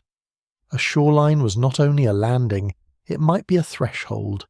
A freshwater spring near the sea might feel blessed. A strange island might become linked with purity, danger, or ancestral memory. A storm might be read as anger, warning, or negotiation. Practical navigation and sacred interpretation could sit in the same boat without feeling crowded. You watch a group preparing goods near the settlement edge. Pottery vessels are wrapped in reed fibre. A basket of dates is tied shut. A length of woven matting is folded for transport. A dark lump of bitumen rests beside a tool. The boat waiting nearby is not grand, but it belongs to a world already skilled in movement. It can carry more than objects. It can carry styles, gestures, songs, stories, and ways of making. Memory travels quietly. A pot shape made in one village appears in another. A sealing pattern spreads. A method of tying cargo becomes standard among people who may never meet its first inventor. An ornament copied from a distant place becomes a local fashion, because apparently even the ancient world was not safe from trends. This is how identity remains fluid. People may not need to migrate in large numbers for influence to move. A few craftsmen, marriage partners, traders, ritual visitors, or boat pilots can carry change. A coastline does not require armies to become connected. Sometimes it only requires repeated arrivals and the slow trust of return. The scholarly debate here concerns the relationship between material culture and people. When archaeologists find similar pottery or objects across regions, does that mean migration, trade, imitation, shared practice, or some mixture of all four? The answer depends on context, and specialists remain cautious. Similar things do not always mean the same. People moved. Different things do not always mean people were isolated. The past enjoys making categories wobble. That wobble is useful for imagining the Proto-Sumerian world. These communities may have been neither isolated villages nor fully urban citizens. They occupied a middle condition. They were local and connected, rooted and mobile, traditional and experimental. The river plain gave them stability, while waterways gave them motion. A person could belong to a settlement and still know roots beyond it. You sit near an old woman shaping clay. Her hands move with calm repetition. She does not need a written recipe. She knows the clay by feel, adding water, turning, pressing, smoothing. Nearby, a child watches with fierce concentration, absorbing skill before language can explain it. This is how culture survives, not only in records, but in hands. If such hands built boats, made jars for cargo, wove mats for packing, and sealed containers for exchange, then they contributed directly to movement beyond the river country. Maritime exploration is not only the work of the person steering the vessel, it depends on potters, rope makers, farmers, fishers, bitumen workers, water carriers, and those who prepare food that will not spoil too quickly in heat. The voyage begins before the boat leaves. That idea softens the heroic image. Proto-Sumerian exploration may have been communal rather than individual. A sailor stands on the edge of the Gulf because a village has made the journey possible. Someone grew the grain. Someone shaped the jar. Someone repaired the hull. Someone remembered the route. Someone gave advice that everyone ignored and later regretted. You look toward the settlement's ritual building. Perhaps raised slightly, perhaps marked by a cleaner surface or larger form. It is not yet the towering temple platform of later cities, but it already hints at organized sacred space. People may bring offerings there. They may ask for protection over fields, births, floods, and journeys. A boat leaving for distant waters might be blessed, watched, or feared. Records from later periods show the deep connection between temples, storage, labour, and distribution in Mesopotamian life. Earlier forms were simpler, but the roots of institutional organisation were present. If maritime exchange grew in this environment, it may have become connected with sacred authority as much as household need. Distant goods often gain meaning when they enter ritual systems. Shell, stone, copper, and rare materials can become more than useful. They become charged. This is why the world before Sumer had a name may matter so much. It was not a blank preface. It was the slow formation of habits that later history would formalize. Water management, storage, exchange, ritual space, craft skill, and outward curiosity were already present in evolving forms. The later city did not invent them all. It inherited, reorganized, and magnified them. The sun rises higher. The settlement becomes louder. Grinding stones rasp. Goats complain. Children chase each other near a wall until an adult ends the fun with efficient disappointment. A boat pushes away from the bank, loaded lightly, perhaps bound for a nearby village, perhaps for a longer route towards salt water. You cannot know. That is part of the spell. Before Sumer has a name, movement already exists. Before writing fixes memory, people already remember. Before kings claim order, communities already build it from mud, reeds, rules, mistakes, and trust. The hidden timeline is not a lost golden age. It is something quieter and more persuasive, a world of experiments. You feel the rough clay cool in your hand. It has no inscription. It tells you nothing directly. Yet it belongs to people whose lives made later civilization possible. Some of them may have turned inland. Some may have followed rivers. Some may have looked south across the Gulf and wondered what waited beyond the next pale line of water. And perhaps, before anyone called them Sumerian, they were already learning how to leave home and return changed. Your mind follows the boat into a pattern, not a single voyage. One journey can be accident, courage, or desperation. Two journeys can still be coincidence. But when a path is crossed again and again, when landing places acquire names and certain winds become expected, something larger begins to form. A route is born quietly, almost shyly, before anyone thinks to draw it. The morning sea is pale and low. The boat moves along a coastline where the land appears and disappears behind haze. You smell salt drying on rope, damp reed underfoot, fish oil, and the sour warmth of stored water. The hull carries a small cargo, but the most important thing aboard is memory. Not written memory, working memory. The sort kept in hands, scars, warnings, and repeated glances at the sky. A seasonal voyage begins before departure. It begins when people notice that certain winds return in familiar months. It begins when elders remember that one stretch of coast is safer after the heat softens, or that a shallow bay becomes treacherous when the tide pulls hard. It begins when someone says, "Not yet," and everyone listens because last time someone did not listen, which was educational in the worst possible way. Ancient Gulf navigation likely depended on such accumulated observation. The mainstream historical fact is that later Mesopotamian and Gulf exchange systems operated within a world shaped by seasonal weather, coastal geography, and maritime staging points. Research from universities such as Oxford, Chicago, and Pennsylvania has shown that trade did not depend only on demand for goods.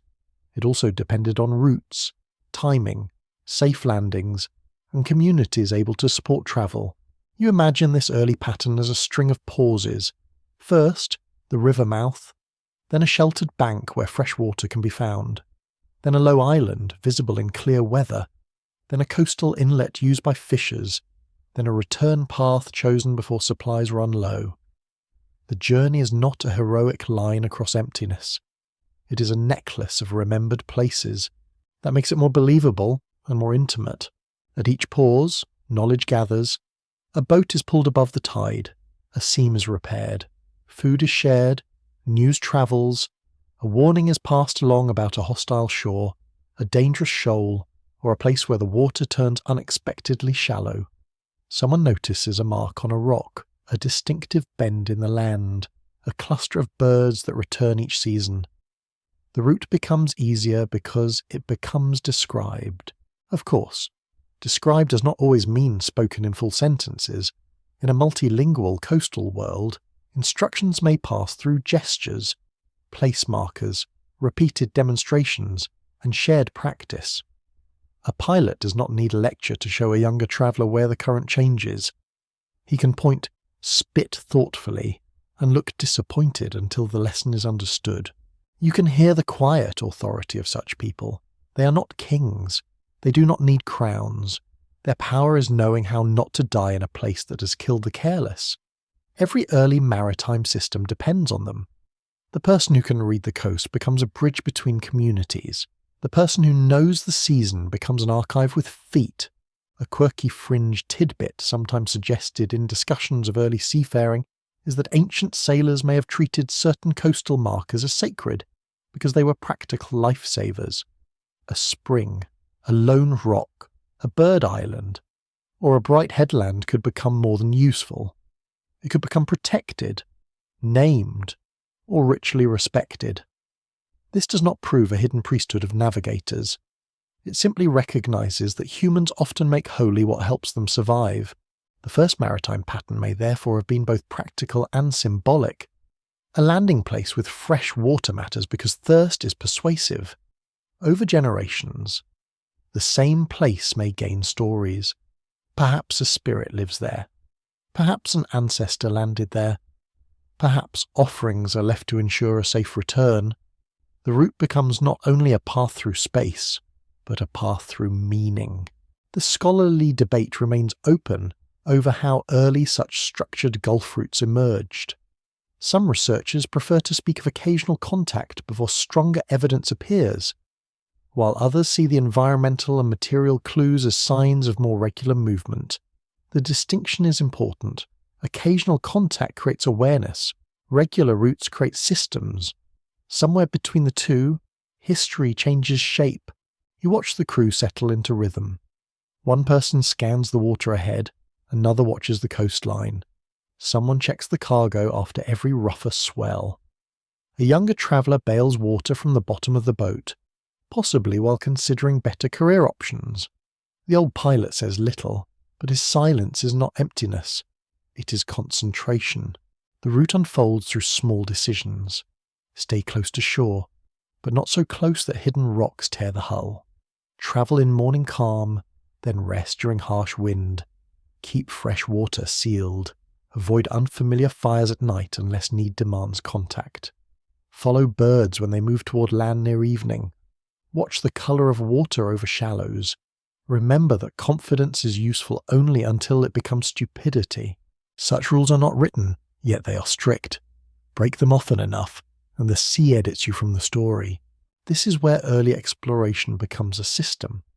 Not because someone creates a formal chart, but because practice reduces uncertainty. People begin to know what can be expected. A dangerous crossing remains dangerous, but it is no longer unimaginable. A distant island remains far, but it is no longer nowhere. A coastal partner remains foreign, but not unknown. The Fertile Crescent's watery edge begins to open outward. Goods move more predictably. People return with reliable stories. Families begin to plan around absence and return. A community might know that certain boats leave when the season turns, and that they bring back shell, stone, copper fragments, or news. Children grow up seeing departure as part of ordinary life. The horizon becomes part of the household economy. That change is subtle, but profound. Once distance is scheduled, even loosely, the mind treats it differently. It becomes a repeating feature of the year, like flood, harvest, heat, and ceremony. Maritime movement may enter the cycle of expectation. The unknown does not disappear, it becomes seasonal. You pause on a night shore where the crew has landed. The sand is cool under your feet. A small fire burns low, shielded from the wind. The smell of smoke, dried fish, and salt-stiff clothing fills the dark. Above, the stars are bright enough to seem almost wet. The boat rests nearby, black patches of bitumen faintly visible in firelight. Here, stories are told softly. One person speaks of a shore farther south. Another describes a trader whose language sounded like stones falling into a jar. Someone laughs at a memory of a failed landing, because danger becomes funnier after survival. A younger listener absorbs the shape of the route without realizing that education is happening. This is how maps exist before maps. They live in narrative. They live in comparison. The headland shaped like a crouching animal. The island where birds scream at dawn. The inlet where the water tastes bitter. The shore where strangers accept fish but dislike loud voices. The route is carried in images, not lines. The first maritime pattern also depends on return. A voyage that never returns becomes mystery, warning, grief, or legend. A returning voyage becomes knowledge. Return is what makes exploration socially useful. It brings back materials, but also proof that the path can be survived. Communities remember return more carefully than departure. You feel that importance as the fire burns low. The boat is not only a vehicle going outward, it is a thread tied to home. Every journey stretches that thread. If it breaks, the story changes. If it holds, the world grows larger.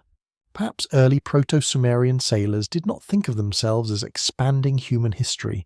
They thought of weather, trade, kin, food, tools, fear, and obligation. Yet by repeating routes beyond the familiar marshes, they may have helped create one of the oldest maritime habits in the region.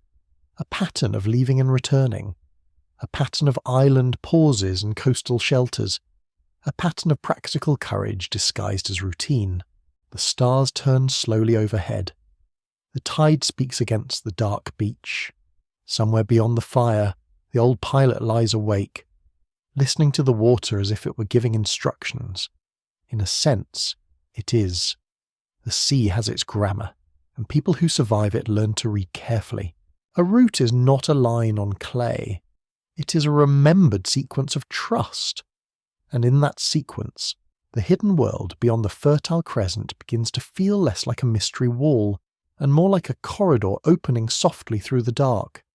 Your mind drifts farther along the corridor of water, toward lands that later histories will name more clearly, but that early travellers may have known only through goods, gestures, and rumour. A coastline becomes another coastline. A shell becomes a clue. A carved seal becomes a small, hard whisper from somewhere beyond the river plain. The world begins to echo. You are standing now at the edge of comparison, which is a dangerous place for anyone who enjoys certainty. The Gulf lies behind and around you, linking southern Mesopotamia with Arabia, Iran, and farther beyond, the great river world of the Indus. The distance is large, but not empty.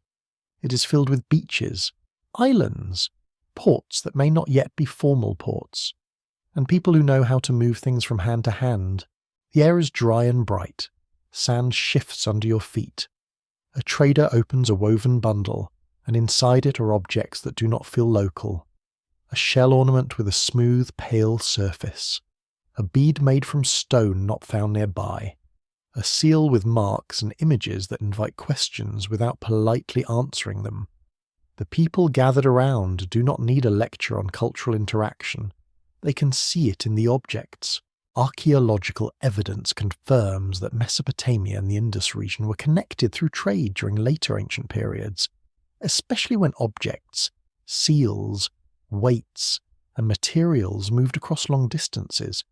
Scholars from institutions such as Harvard, Cambridge, and the University of Pennsylvania have studied these exchange networks as part of a broader ancient world, linked by land and sea.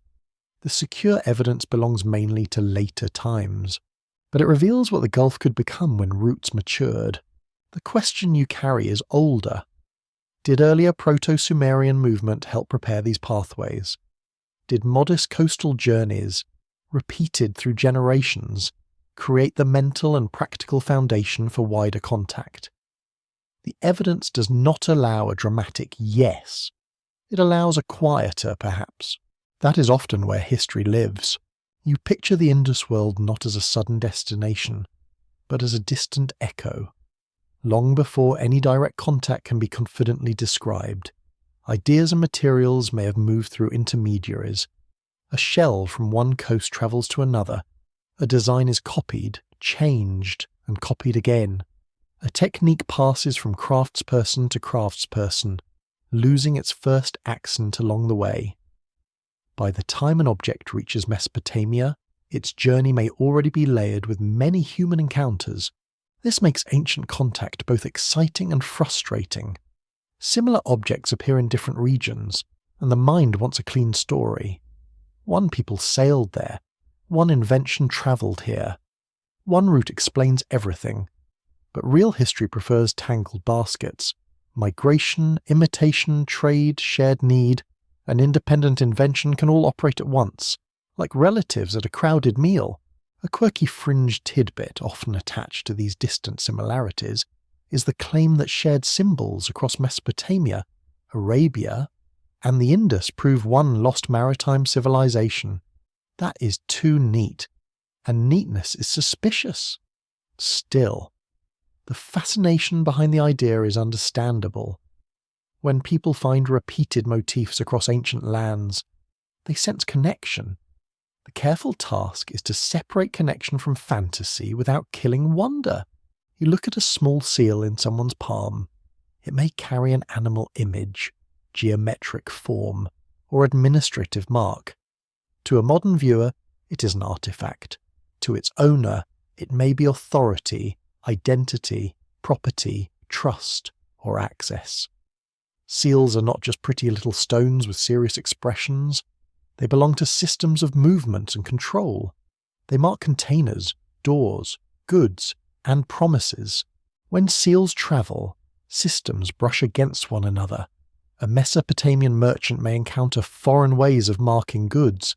A coastal intermediary may learn which signs inspire trust. An imported object may be valued not only for its material, but for the faraway order it seems to represent. Through such contacts, distant lands enter local imagination without needing armies or colonies. The scholarly debate here remains cautious. Some researchers argue for strong maritime connections between Mesopotamia, the Gulf, and the Indus during periods when evidence becomes abundant. Others warn that earlier parallels should not be stretched beyond what the data supports. There is also debate over whether contact was direct or mostly mediated through Gulf communities. The safest model is a layered one, with different degrees of contact at different times. Layered contact feels very human. A southern Mesopotamian boat may reach a Gulf island. An island trader may deal with a coastal Arabian community. Another group may connect with merchants moving eastward. Goods pass along. Stories pass along. Names change. Details blur. By the time something reaches the river cities, its origin may be known, misunderstood, embellished, or turned into a sacred geography. You hear the murmur of exchange in a shaded market by the water. Languages overlap. Some words are understood. Others are guessed from gesture and repetition. Hands weigh goods. Eyes judge quality. A potter studies a foreign vessel with professional envy. A young sailor watches a stranger tie a knot differently and decides, privately, that this way is better. Cultural change can begin with a stolen technique and a straight face. The land around you smells of salt, hot dust, animal hide, and crushed herbs. A bell or small metal object rings somewhere in the background, thin and bright. The sound feels almost out of place, as if the future has tapped a finger on the past. But the people here are not thinking in grand timelines. They are thinking in value, safety, and return. That is how distant echoes grow. They do not arrive as complete civilization shaking hands. They arrive as fragments, a bead, a word, a spice, a shell, a story of a river where cities stand in baked heat, a warning about pirates or storms, a rumour of black stone, red metal, fine timber, or a land where the water behaves differently. If Proto-Sumerian explorers moved beyond the Fertile Crescent, their significance may not lie in reaching one spectacular faraway destination. It may lie in widening the chain of familiarity. Each step outward makes the next contact easier, each island known, each coast named, each foreign object recognized makes a broader world possible. The hidden timeline, then, is not a single arrow from Sumer to elsewhere. It is a web forming in slow motion. Southern Mesopotamia draws in goods because it lacks certain materials. Gulf islands mediate movement because they sit like pauses in water. Arabian and Iranian coasts provide resources, routes, and partners. Farther east, the Indus world eventually becomes part of a vast exchange horizon. The full pattern emerges gradually, but its roots may reach into the quiet experiments of earlier travellers. You kneel near a basket of shells. Their surfaces are cool despite the heat. Some are planed. Some have been shaped with careful abrasion. Tiny holes suggest they were strung as ornaments. A shell can be decoration, but also evidence of contact, status, and desire. It carries the shoreline into the body of the wearer. A person walking through a mud brick settlement with seashell ornaments is wearing geography. That thought lingers. Ancient people displayed distance. They made faraway places visible on skin, clothing, tools, and ritual objects. A rare material tells others that someone has access, connection, luck, or power. The object becomes a conversation long after the voyage ends. Yet you must remain careful. Echoes are not proof of direct footsteps. The presence of similar goods across regions does not always mean that Proto-Sumerian sailors personally reached every place those goods touched. It may mean that early Mesopotamian communities participated in wider patterns of contact, sometimes directly, sometimes indirectly. The difference matters, even in a sleepy voice. The sun lowers, shadows stretch across the shore.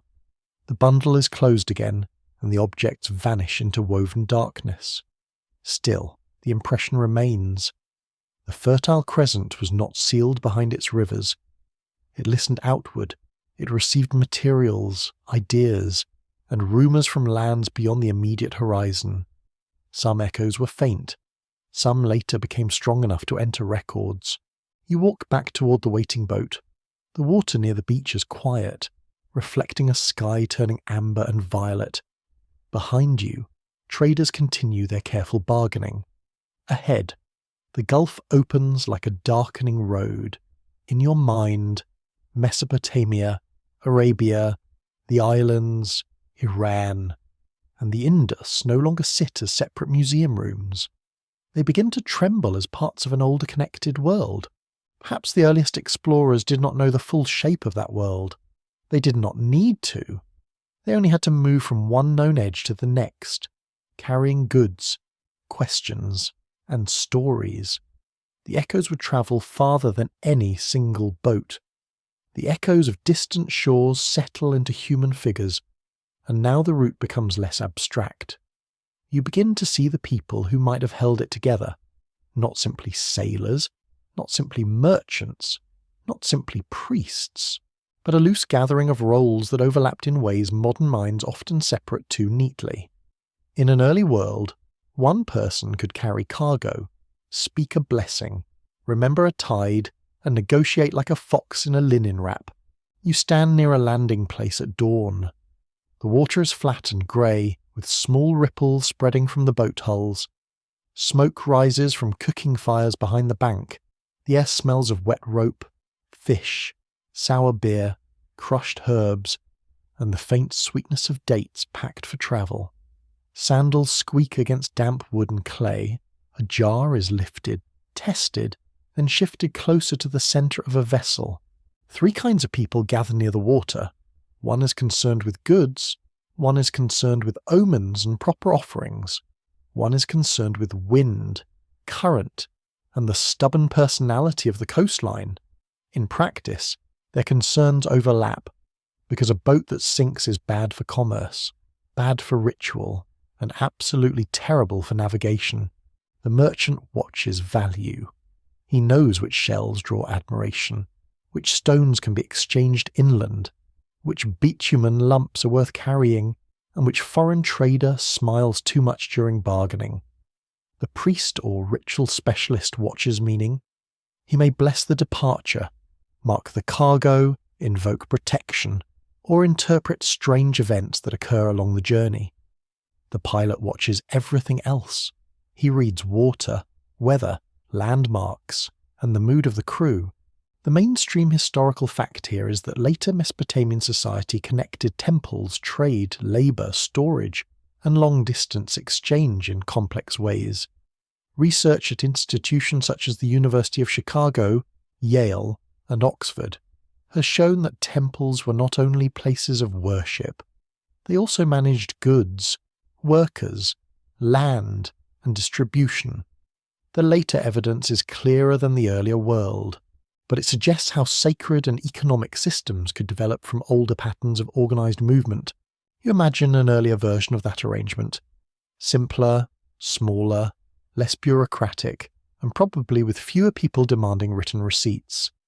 A settlement may send goods under the protection of a household, a shrine, or a local authority.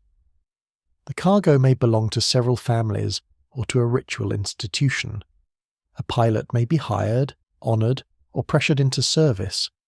A trader may carry offerings alongside exchange goods because the distinction is not always clear. A small bowl of grain is placed near the boat. Few drops of liquid darken the ground. Someone murmurs words meant for forces older than kings. You do not need to know the exact prayer to understand its purpose. Travel is dangerous. Water is unpredictable.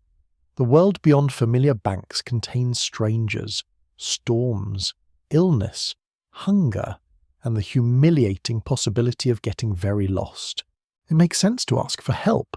A quirky fringe tidbit sometimes mentioned around ancient maritime traditions is the idea that certain early pilots may have been treated almost as sacred specialists, because they possessed knowledge of invisible roads across water.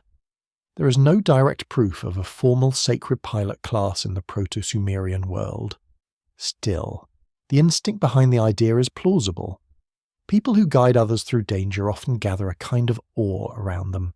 Skill can look like magic when your own knowledge ends at the shoreline. The pilot in your imagination is not glamorous. His hands are cracked, his eyes are narrowed against glare, he smells of salt, old fish, and smoke. He has opinions about rope, timing, and younger people, most of them negative. Yet when he looks at the water, others become quiet. He knows when a calm surface is trustworthy and when it is lying.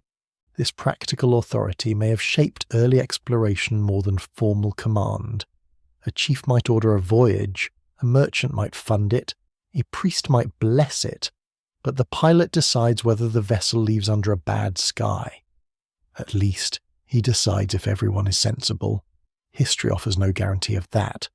Naturally, the scholarly debate here concerns how early institutional control over trade developed.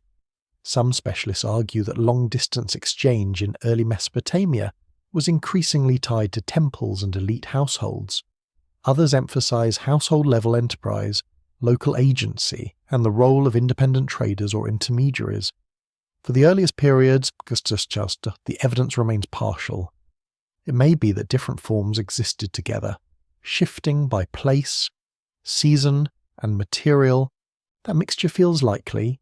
A route used for shell collection may be informal. A voyage for copper may involve powerful sponsors.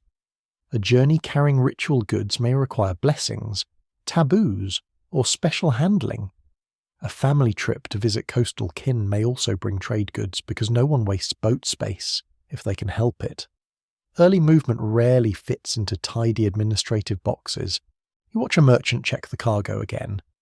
He presses a seal or mark into clay attached to a jar closure. The mark may identify ownership, origin, or obligation. It is a small act, but it carries the logic of trust across distance. If the jar reaches another place unopened, the mark speaks for the sender. If it arrives broken, the mark becomes part of an argument. Clay can be very calm until humans get involved.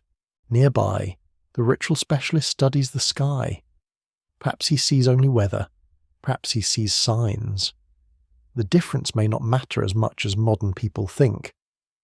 In an ancient setting, observation and interpretation often belong together. A dark cloud can be a physical risk and a divine warning at the same time.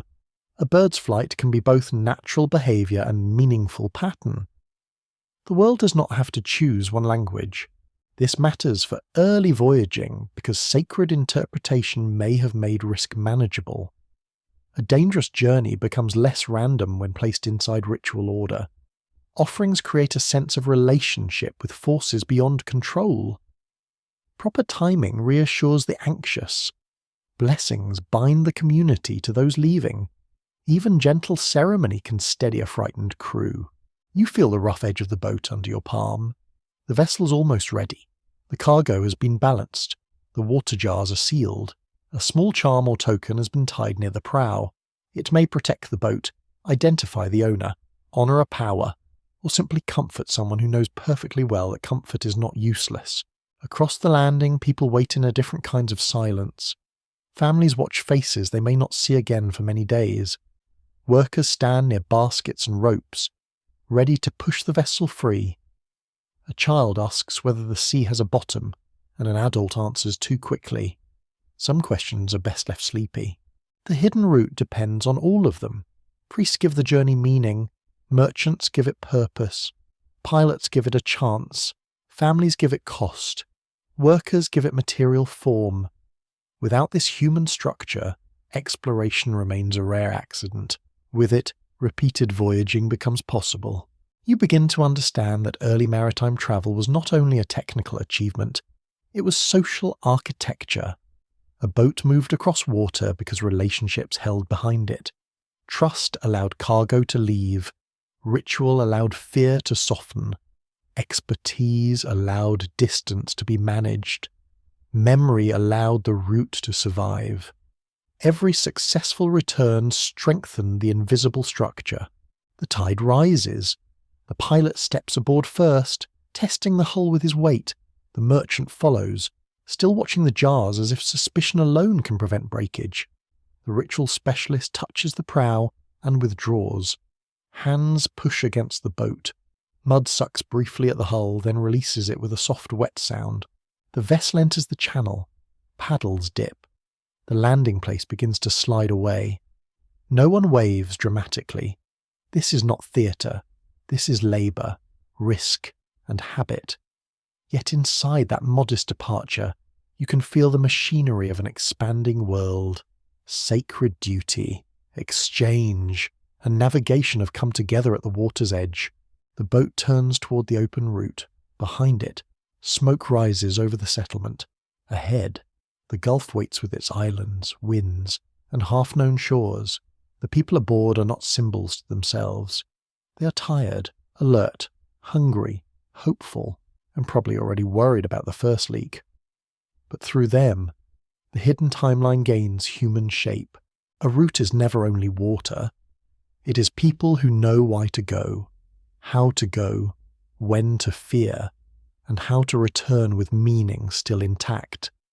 The boat leaves the landing and the water beneath it begins to feel older than travel. It is no longer only a route for cargo, priests, pilots, and memory. It becomes a mirror for something deeper, something that later people would tell in stories when the night was long and the lamps burned low. The same water that carries a vessel can also cover a world. You feel the mood shift slowly. The coast dims behind a veil of heat. The air smells of salt, wet rope, and smoke fading from the shore. Under the hull, the Gulf moves with a patience that almost feels deliberate. Every small wave touches the boat as if asking whether human plans are truly worth the trouble. Ancient Mesopotamia preserved powerful flood traditions.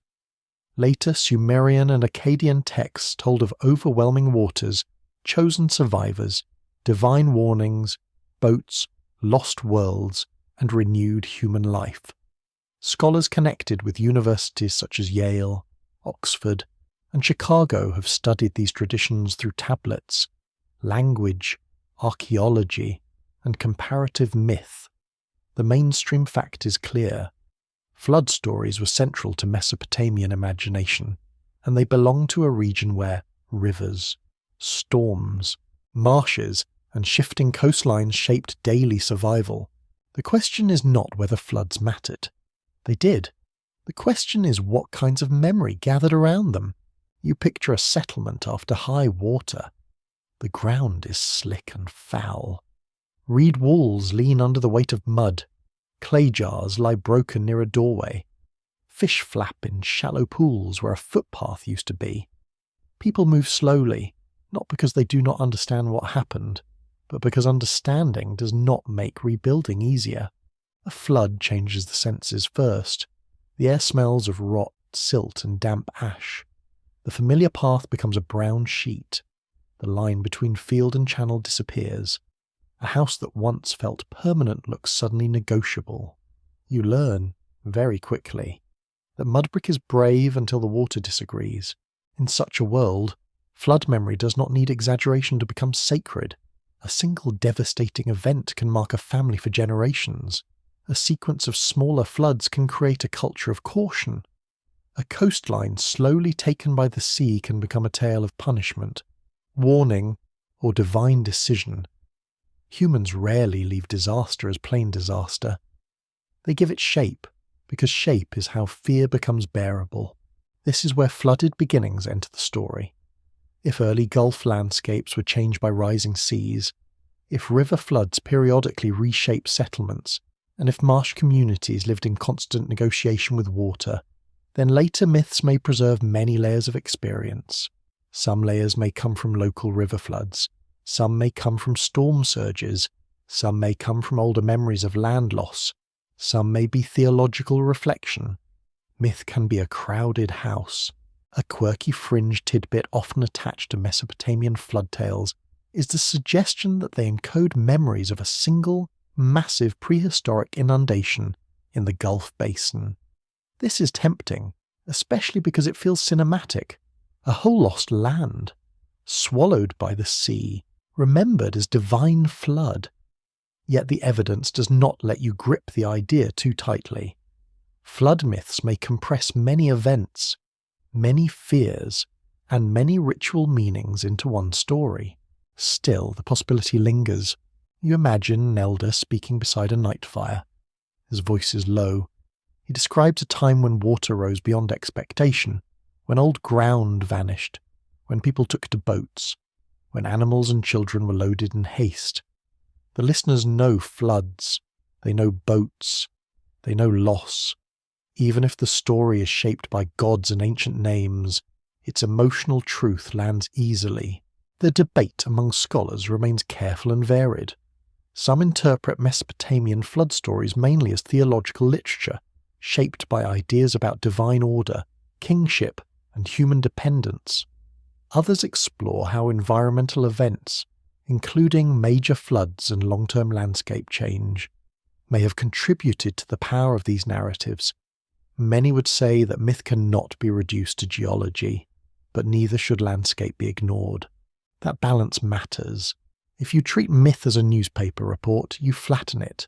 If you treat it as pure fantasy, you may miss the mud under its feet. The wiser path is to listen for echoes without pretending every echo names its source. You see a ritual boat in your mind, not necessarily real in every detail, but drawn from the logic of the world.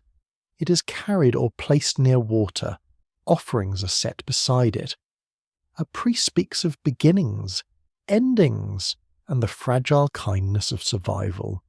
The boat is both tool and symbol. It saves bodies in one register, it carries meaning in another. This double role may have deep roots. People who lived beside dangerous water knew that boats could preserve life. They also knew that boats could fail. A vessel leaving shore might be a practical craft, but in memory it could become the difference between world and no world. That gives the boat enormous symbolic weight. The same shape used for trade can become a shape of rescue, passage, and rebirth. Perhaps early maritime communities carried flood memories along their routes. A sailor from a drowned shore tells of lost land. A river farmer tells of a flood that took fields and cattle. An islander tells of a storm that erased a beach camp. In trading places, stories meet, they overlap, they compete, they blend. Over time, a shared imagination of overwhelming water grows across regions. This is not hard to believe. Disaster stories travel because listeners understand them. Everyone knows fear. Everyone knows that water can be useful in the morning and murderous by night. Everyone knows that the line between safety and loss can be very thin. Your mind drifts across a low plain before the water rises. It is early, and birds feed in shallow pools. A child gathers reeds. A woman checks stored grain. Men repair a roof after recent rain. Nothing seems legendary. Then, in another season, the channel cuts a new path, the bank breaks, the land changes. Years later, someone says there was once a village there. Later still, someone says there was once a world there. That is how memory grows, and it does not always lie. It transforms. The hidden timeline of Proto-Sumerian voyaging may have been shaped by this transforming memory. If people moved because water changed their homes, then exploration and flood tradition are not separate themes. They belong together. The same environmental pressure that forced movement could also create the stories that explained movement. A lost shore becomes a remembered beginning. A dangerous crossing becomes a sacred pattern. A return from flood becomes proof that life can continue. You sit in the imagined boat under a sky thick with stars. The water is calm now, which almost feels rude after all this reflection. The crew speaks quietly. One person tells an old story about a time when the rivers rose too high. Another answers with a tale of an island spring that never failed. A third says nothing, listening to the hull in the dark. Stories are cargo, too. They weigh nothing, yet they can change the direction of entire peoples. A community that believes survival once came by boat may treat boats with special seriousness. A culture that remembers divine anger through flood may build rituals around water control. A people who inherit stories of lost lands may look at shorelines differently, with both longing and suspicion. The sea's edge becomes more than geography. It becomes memory's wound. You can sense why later Sumerian traditions placed beginnings near water, why cities worried over canals, why kings boasted of managing floods, why temples stored grain against uncertainty, and why the image of a boat could move so easily between labour and myth. The environment had taught the lesson many times. Water gives, water takes. Humanity survives by watching carefully, working together, and occasionally admitting that nature has won the argument. The unsettling possibility is not that one myth proves one event. It is that many events may have left shadows inside one mythic language. River floods, coastal loss, marsh survival, island travel, boats as rescue, boats as trade, boats as sacred passage. All of these could gather into stories of flooded beginnings. The night deepens. The boat drifts near a quiet shore. In the darkness, you imagine vanished settlements underwater, tablets sleeping in museums, and voices that turned loss into sacred narrative. No final answer rises from the Gulf, only a pattern does. People lived with water, travelled by water, feared water, and remembered through water. Perhaps the oldest voyages beyond the Fertile Crescent were not only journeys toward materials or distant coasts. Perhaps they were also journeys away from loss, Behind some travellers may have stood flooded fields, broken banks, bitter wells, and stories of a world remade. Ahead of them waited islands, trade, danger, and the chance to begin again. The water touches the hull softly. It sounds almost gentle. That may be the oldest trick of all. The flood stories soften into the sound of sand underfoot, and now you stand where certainty begins to thin. The hidden route beyond the Fertile Crescent is no longer only a chain of boats, islands, cargoes, and memory. It becomes a question laid across excavation trenches, museum drawers, sea-level charts, and arguments that continue politely in academic rooms with very strong coffee. You are near a desert edge at evening. The light has turned pale gold. Wind combs dust across low mounds that do not look impressive until someone tells you they may contain the remains of entire lives. A broken potsherd lies near your foot, half buried, its surface worn smooth by time. It feels almost weightless in your hand, yet it belongs to a debate much heavier than itself. This is the debate beneath the sand. How much did early southern Mesopotamia develop from local roots? And how much was shaped by contact with surrounding regions? How far did people move? How far did objects move without people? When a pottery style appears in a new place, is it evidence of migration, imitation, exchange, or simply two communities solving similar problems with similar clay?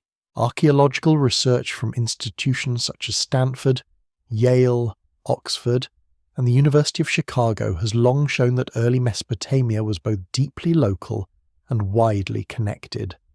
Excavations reveal settlement growth, water management, temples, craft specialization, and imported materials. Yet the interpretation of these findings remains difficult. Evidence can confirm contact, but contact is not always the same thing as direct exploration. That distinction is important and inconvenient. You walk across the low mound as the air cools. The ground crunches with salt and pottery fragments. Somewhere nearby, a team has marked a trench with string, brushes, notebooks, sample bags, and measuring tools rest in careful order. Archaeology looks slow because it is slow. It has to be. A hurried excavation can destroy the very context that gives an object meaning, which is a dramatic way to make yourself permanently unhelpful. The first question is a migration. Did people from one region physically move into another, carrying customs, language, tools, and beliefs? Migration can leave traces, but not always clearly. Pottery may change, house plans may shift, burial practices may alter, diet, ancestry, and craft styles may point toward movement. Yet people can also adopt foreign styles without moving at all. Humans have always borrowed attractive ideas, especially when the neighbours appear annoyingly successful. Then comes diffusion. Ideas can travel through contact, trade, marriage, imitation, and prestige. A sealing practice may spread because it works. A boat design may spread because it survives rougher water. A ritual symbol may spread because it feels powerful. Diffusion can make places look connected even when only a few people cross between them. Then there is independent invention. Communities facing similar environments may develop similar solutions. If two groups live near marshes, both may build reed structures. If two trading communities need to mark goods, both may invent seals or tokens. Similarity is a clue, not a confession. A quirky fringe tidbit, often appearing in popular discussions, claims that sudden cultural leaps in Mesopotamia prove outside teachers, lost civilizations, or mysterious visitors from across the sea. This is usually too dramatic. Ancient people were perfectly capable of brilliance without needing strangers to arrive with a lesson plan. Still, the feeling behind the claim comes from a real puzzle. Some changes do appear striking when viewed from a distance. The task is to explain them without insulting the intelligence of the people who made them. You kneel beside the trench wall. Layers of soil show faint differences in colour. One band contains ash, another contains broken pottery. Another is mostly clean silt, perhaps left by flood or abandonment. Each layer is a sentence in a language that hates being rushed. The deeper you look, the more complicated the story becomes. The scholarly debate over early maritime reach is equally layered. Some researchers argue that substantial seafaring beyond local waters is best supported in later periods, when texts and artifacts become clearer. Others suggest that the Gulf's geography, changing coastlines, and material needs make earlier coastal exploration very plausible. A cautious view allows small, repeated voyages before large-scale trade becomes visible. That cautious view may be the most satisfying, precisely because it is not too satisfying. It does not offer a grand lost fleet sailing under a forgotten banner. It offers fishers, traders, pilots, ritual travellers, and displaced families moving through a world of mud, salt, and need. It leaves room for mistakes. It leaves room for silence. The sand shifts around your ankles. You imagine a conference room far away, where scholars compare radiocarbon dates, ceramic sequences, residue analysis, and coastal models. Someone argues that a material came through indirect exchange. Someone else points to the practical feasibility of direct contact. A third person reminds everyone that the sample size is small, which is the academic way of lowering the temperature without extinguishing the fire. These debates matter because they guard the story from becoming fantasy. They also keep it alive. If the evidence were complete, the mystery would be smaller. Instead, the record is broken in exactly the places that matter most. Boats rot, coasts drown, small camps vanish, oral traditions change.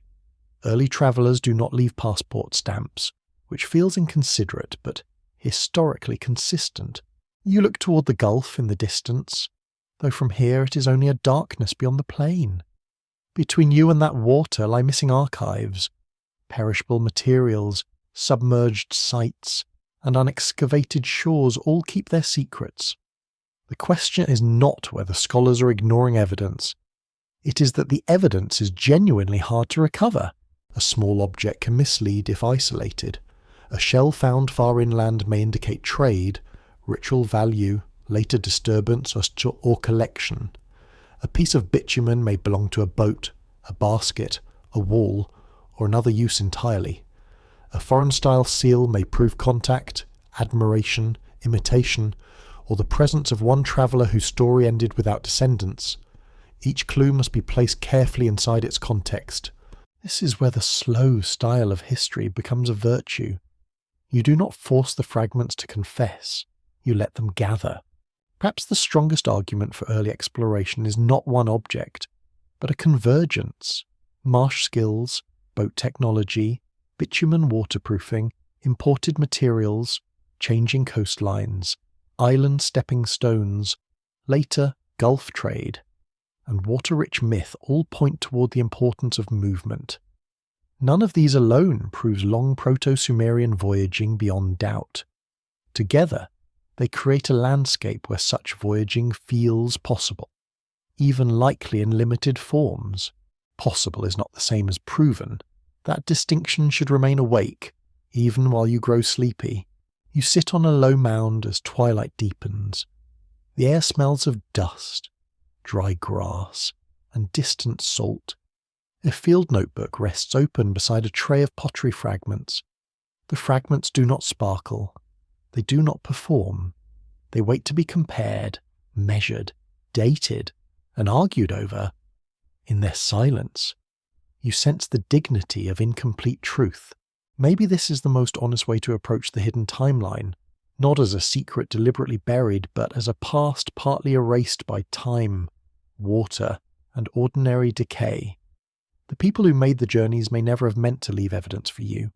They were not thinking of future viewers drifting towards sleep. They were thinking of wind, hunger, cargo, ritual, and home. The debate beneath the sand does not close the story, it deepens it. It asks you to hold several possibilities at once: local invention and outside contact, direct travel and indirect exchange, practical trade and sacred memory, environmental pressure and human curiosity. None must cancel the others. The darkness gathers. The mound becomes a soft shape against the sky, somewhere under your feet. A buried wall may still remember a room. Somewhere beyond the horizon, the Gulf covers old shorelines. Somewhere in a museum drawer, a fragment waits for a question that has not yet been asked correctly. And perhaps that is why the story remains so quietly unsettling.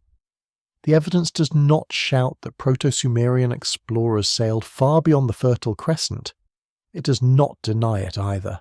It leaves you in the middle, where the most ancient truths often wait, half-lit, patient, and covered in dust. Night gathers over the Gulf, and the debate beneath the sand gives way to the older debate above the water. No trench can help you now. No pottery sequence can tell the sailor when to turn. Out here, beyond the last easy landmark, knowledge comes from sky, wind, birds, water, and the patient nerves of people who have learned to watch without blinking too soon. You sit low in the boat as darkness settles. The day's heat still clings to the reeds beneath you, but the air has begun to cool. Salt dries on your lips. A thin smell of bitumen rises from the seams, mixed with damp rope, old fish, and the faint sweetness of dates packed for the journey. Around you, the water turns black and polished, reflecting the first stars as if the sea has opened a second sky below. This is where ancient navigation becomes intimate. It is not yet the navigation of instruments, charts, compass points, and exact measurements. It is a human body trained inside a living environment. The sailor feels the wind against one cheek. He hears the chop change near shallows. He sees bird movement at dusk. He smells land before he clearly sees it. He knows the sky not as astronomy in the modern classroom, but as a familiar ceiling that changes with the season. The mainstream historical fact is that many ancient maritime societies use stars, seasonal winds, coastal landmarks, currents, and animal behaviour for navigation long before formal nautical instruments appeared.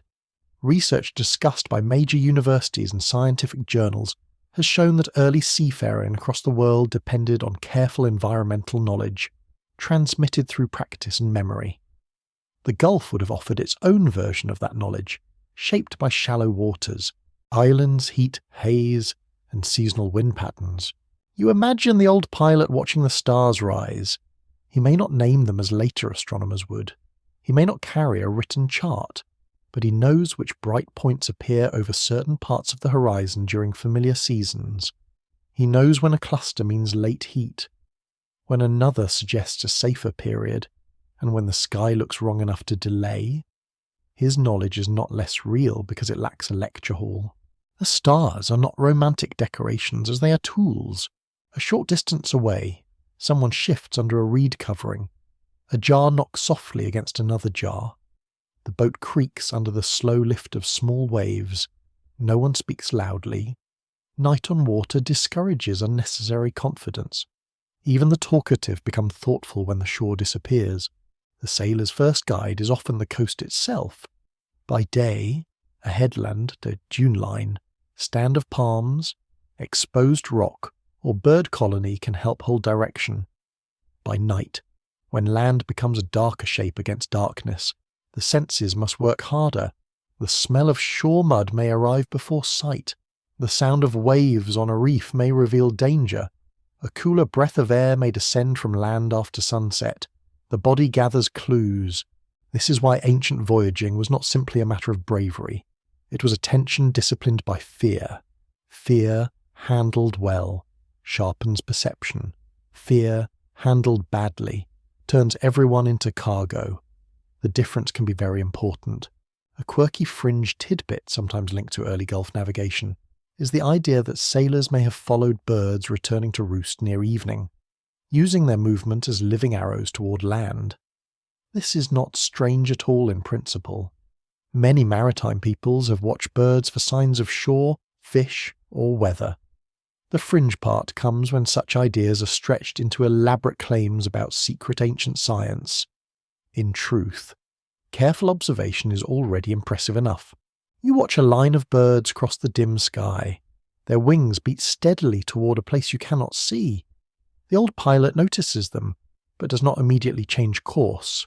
One clue is not enough. He weighs it against wind, swell, star position, and memory. Ancient knowledge is not superstition when it tests signs against experience. It becomes superstition only when signs are forced to obey desire.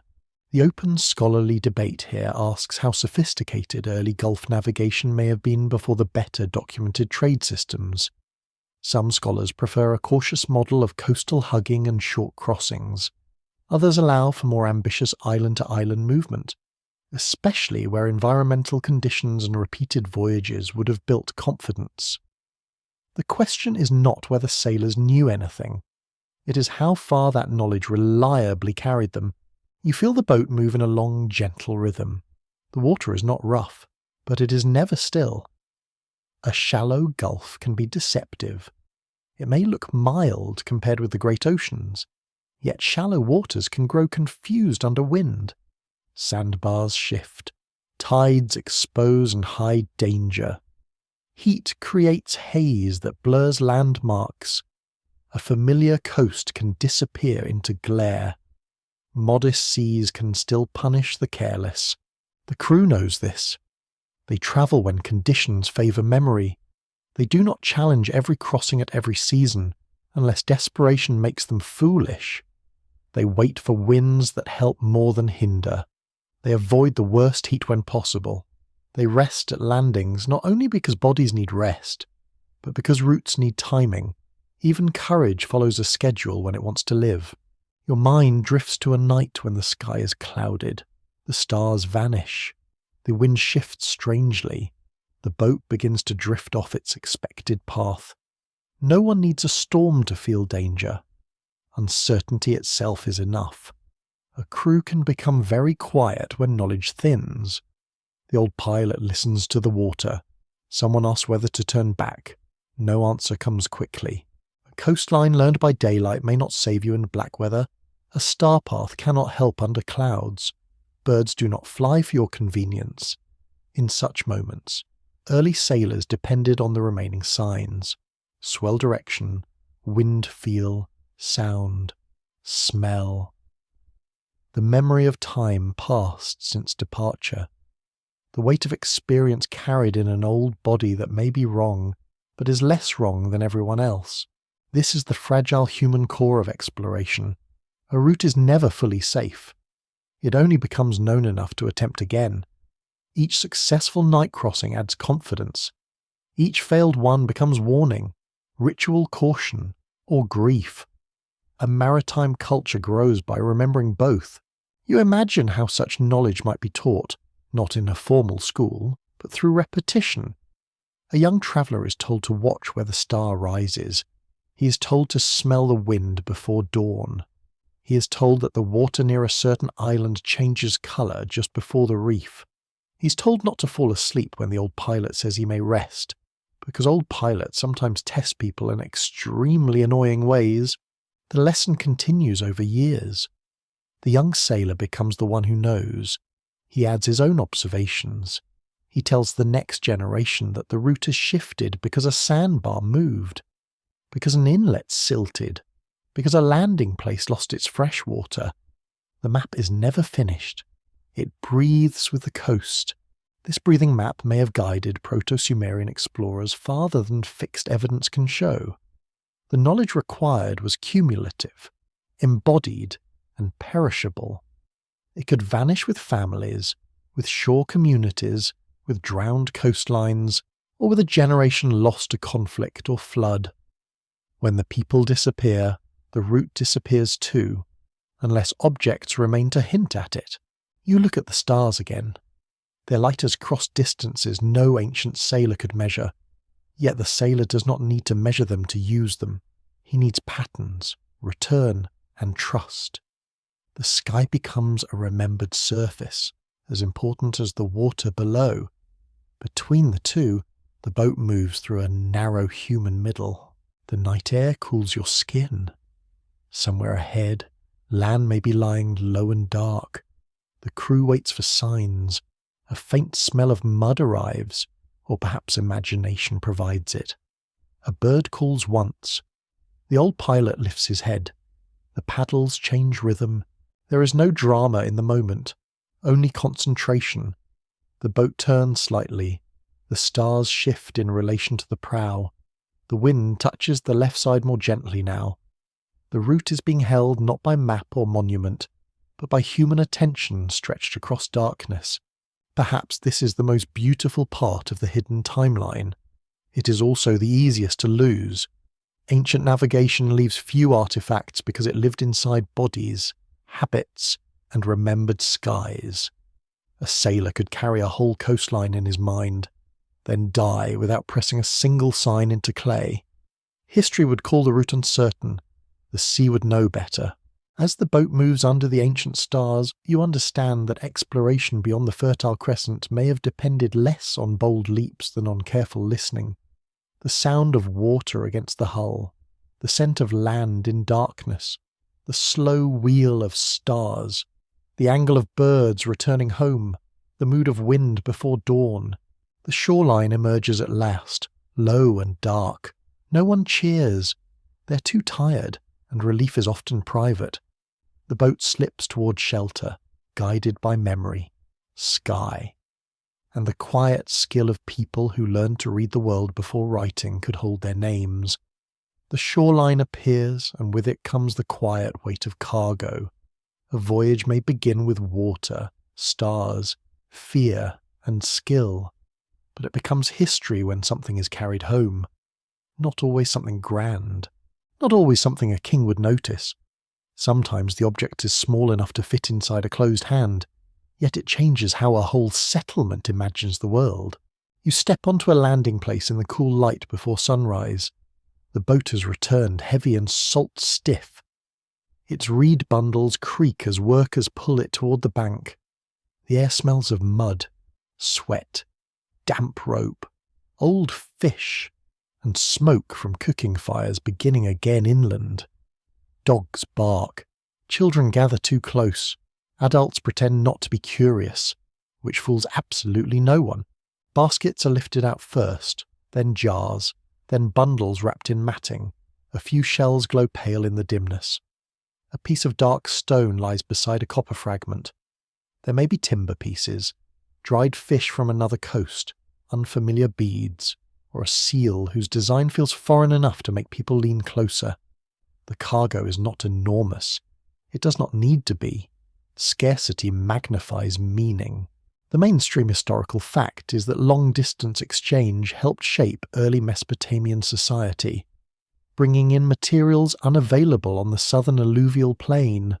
Archaeological research from institutions such as Harvard, Oxford, and the University of Pennsylvania has shown that stones, metals, shells, woods, and decorated objects move through ancient networks. These materials influence craft production, social display, ritual life, and administrative habits. But an imported object is never only an object. It is proof that elsewhere exists. A shell from a distant shore becomes a piece of the sea carried into a mud brick room. A copper tool becomes a fragment of mountains or desert roots. A bead of rare stone becomes a small planet of colour against plain cloth. Even a lump of bitumen from a known source can carry the reputation of a place. The object changes the room because it brings distance inside. You watch a woman hold a shell ornament up to the morning light. Its surface is smooth, cool, and faintly pink. Around her, others notice. Someone asks where it came from. The answer may be exact, vague, embellished, or deliberately incomplete. A trader never wastes a good mystery when it improves the price. Still, a story forms around the shell. It came from far water. It was gathered near an island. It passed through the hands of strangers. It survived the crossing. Soon the shell may be worn at a throat, sewn onto cloth, placed in a burial, offered at a shrine, or traded again. Its meaning shifts with each context. In one hand, it is ornament. In another, wealth. In another, protection. In another, proof of connection. Objects have many lives. and ancient objects were extremely busy. A quirky fringe tidbit, sometimes appearing in popular archaeology, is the belief that certain ancient beads or shells were used as secret maps of sea routes. That is too specific without evidence. Yet it is true that personal ornaments can encode social information. They may show status, origin, marriage ties, trade access, or ritual belonging. A necklace is not a chart, but it can still tell people where you stand in the world. This is how cargo changes memory. A returned item becomes a story anchor. People remember the journey because they can touch what came from it. Children hear of the island when they see the shell. Craftspeople copy foreign forms. Ritual specialists assign meaning to unusual materials. Traders learn which objects stir desire. A distant shore becomes emotionally present. You move into a workshop where foreign material meets local skill. The room is shaded and warm. Dust hangs in the air. A craftsperson examines a stone bead, studying its drilling, polish, and shape. Nearby, clay vessels dry on a reed mat. A small copper piece is tested, tapped, and weighed by hand. The worker does not simply copy, she interprets. She adapts what has arrived into what her community understands. This is cultural transformation at its quietest. No conquest, no grand decree, just hands learning from things. A design moves because someone likes it. A tool form spreads because it works. A seal motif changes because it must fit a local habit. A material becomes sacred because it is rare, beautiful, and difficult to obtain. The world widens one workshop at a time. The scholarly debate here turns on how much imported material reflects direct travel, indirect exchange, elite control, or household-level circulation. Some researchers emphasize centralized institutions that gathered and redistributed rare goods. Others point to flexible networks of families, traders, and local specialists. The earliest evidence does not force one answer. It suggests that objects moved through different channels, depending on period, region, and value. You can feel that variety in the landing place. Some cargo may belong to a sponsor, some may be personal profit, some may be destined for ritual use, some may repay a debt, some may be gifts meant to turn strangers into partners. A bundle can contain economy, politics, affection, fear, and ambition, all tied with the same rope. Food travels too. It is easy to focus on shiny things because shiny things are shameless attention seekers. But dried fish, dates, grain, oil, salt, herbs, and preserved goods matter deeply. Food supports voyages. Food creates hospitality. Food carries taste across regions. A person who eats something from another coast does not merely consume calories. They take distance into the body. You imagine a meal after the boat returns. The crew sits tired in the shade. Bread or grain cakes are shared. Fish is cooked with local herbs. A jar is opened. Someone describes a shore where the water was clearer, or a people who used different baskets, or a wind that arrived at the wrong time. The listeners laugh in the right places, especially when danger has already passed. The meal turns travel into community knowledge. Small technologies travel in the same way. A better knot, a new way to pack breakable goods, a method for sealing a jar, a trick for balancing cargo in a shallow craft. These do not appear in museum displays with dramatic lighting, yet they may matter as much as copper. They make the next voyage safer, cheaper, or more profitable. Practical knowledge is the invisible cargo that keeps giving. Stories may be the strangest cargo of all. A sailor tells of a place where fresh water rises near salt water. A trader speaks of a ruler or chief who demands gifts before exchange. A pilot remembers a dangerous shoal. A ritual specialist hears of a shrine on an island. These stories enter local imagination and slowly alter what people think is possible. The horizon becomes populated with names, warnings, and desires. You stand near a child watching the unloading. His eyes follow every object. For him, the distant world is not an abstract concept. It is a shell in his mother's hand. a copper glint near the fire, a word repeated by tired sailors, a smell of strange resin on a bundle. This is how a maritime culture reproduces itself. The young learn that beyond the reeds there are other shores. The objects also change power. A person who controls rare goods can gain prestige. A household that sponsors successful voyages may rise in influence.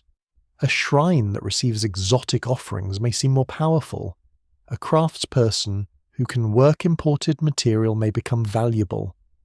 The route beyond the Fertile Crescent does not only connect places, it rearranges relationships at home. That may be one reason early exploration matters, even if the voyages were modest.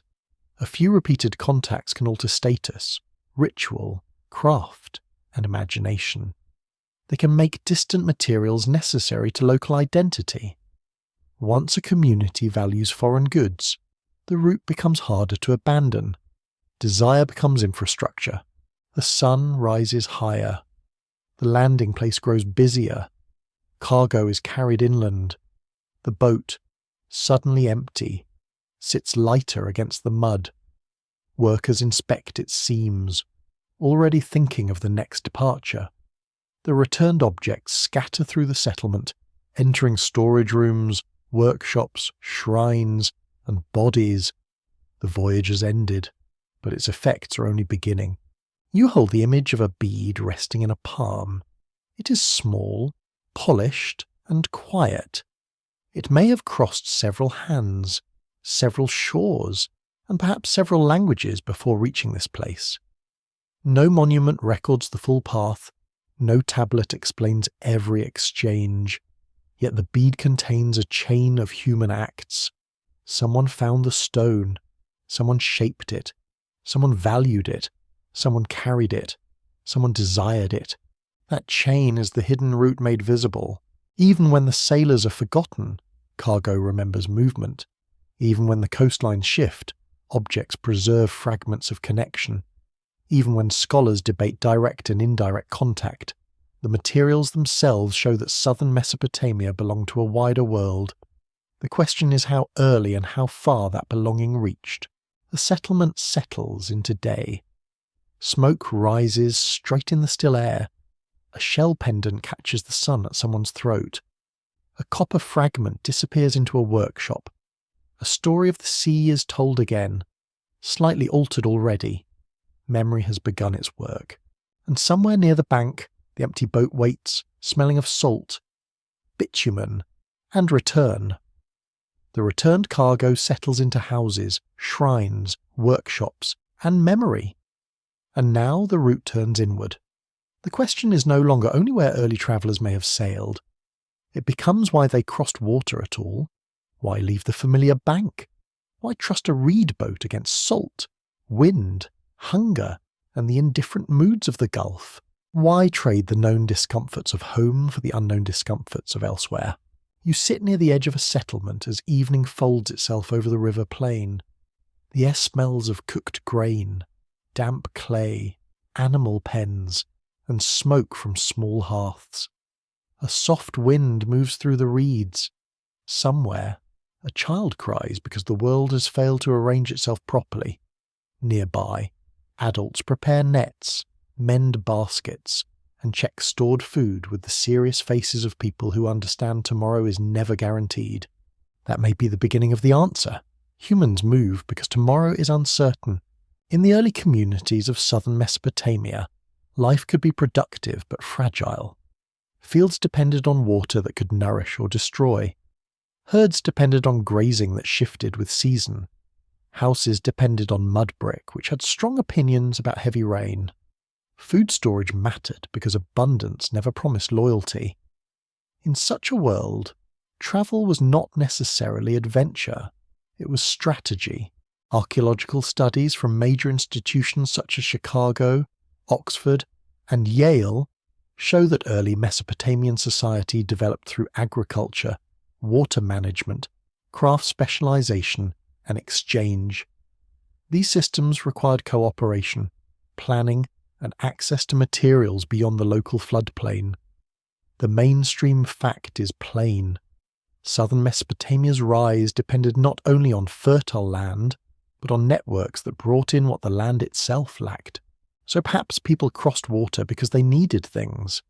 Copper for tools and status, shell for ornament and ritual, stone for blades, weights or prestige, timber for building and repair, bitumen for sealing, food from neighbouring shores when local conditions failed, information about routes, dangers, alliances and opportunities. Survival often begins as a list, which is less poetic than a legend but usually more accurate. Yet need is only one layer. People also move because they are curious, not always noble curiosity. Sometimes it is the restless thought that another place might offer better water, better trade, easier fishing, safer ground, or simply a good story to use later when everyone is pretending not to listen. Curiosity is not a modern luxury. It is an old human engine, stubborn and occasionally reckless. A quirky fringe tidbit sometimes raised around early Mesopotamian origins is the suggestion that humans, in Sumerian myth, were created to labour for divine beings, as if work itself stood at the centre of human purpose. That idea comes from later mythological texts, not from Proto-Sumerian travel records. Still, it reveals something powerful about Mesopotamian imagination.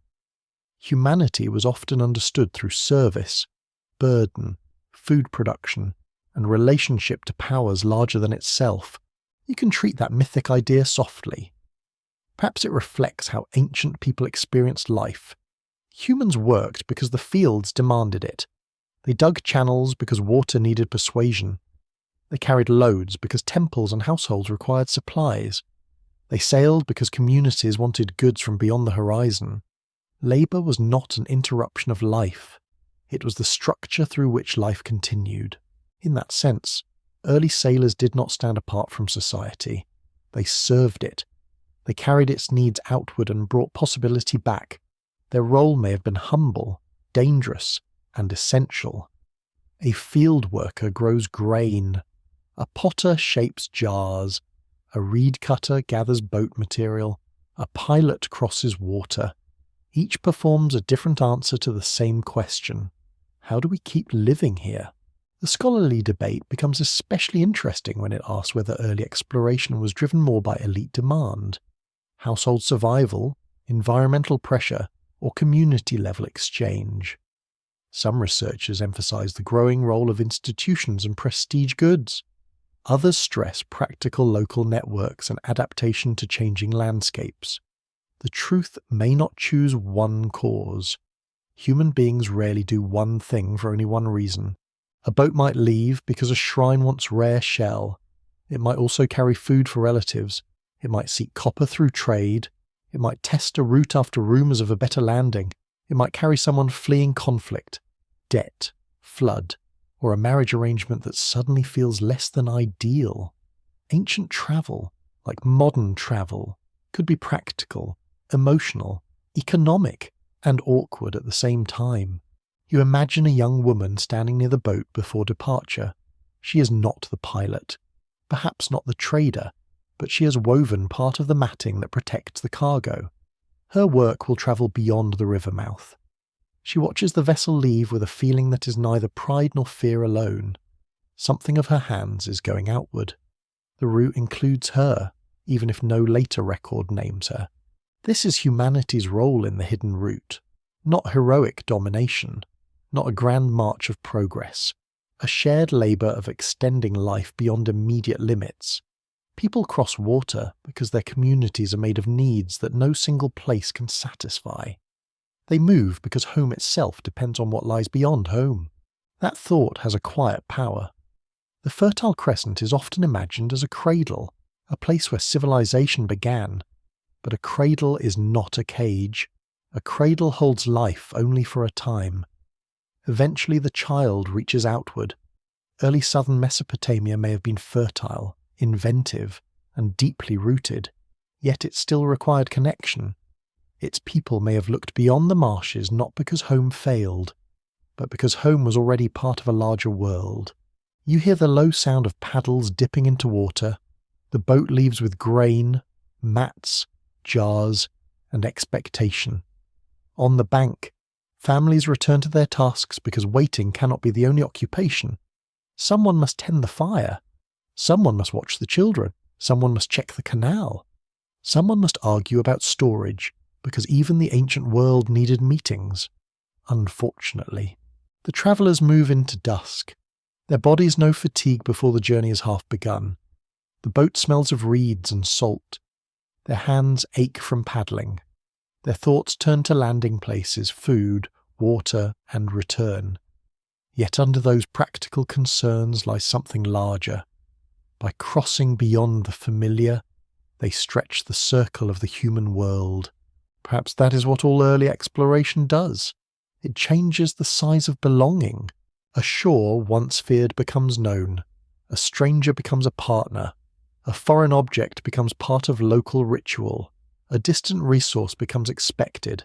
A route becomes memory. And slowly, without anyone announcing it, humanity's world expands by one crossing, one exchange, one return. There is also loneliness in this. To leave the bank is to accept separation.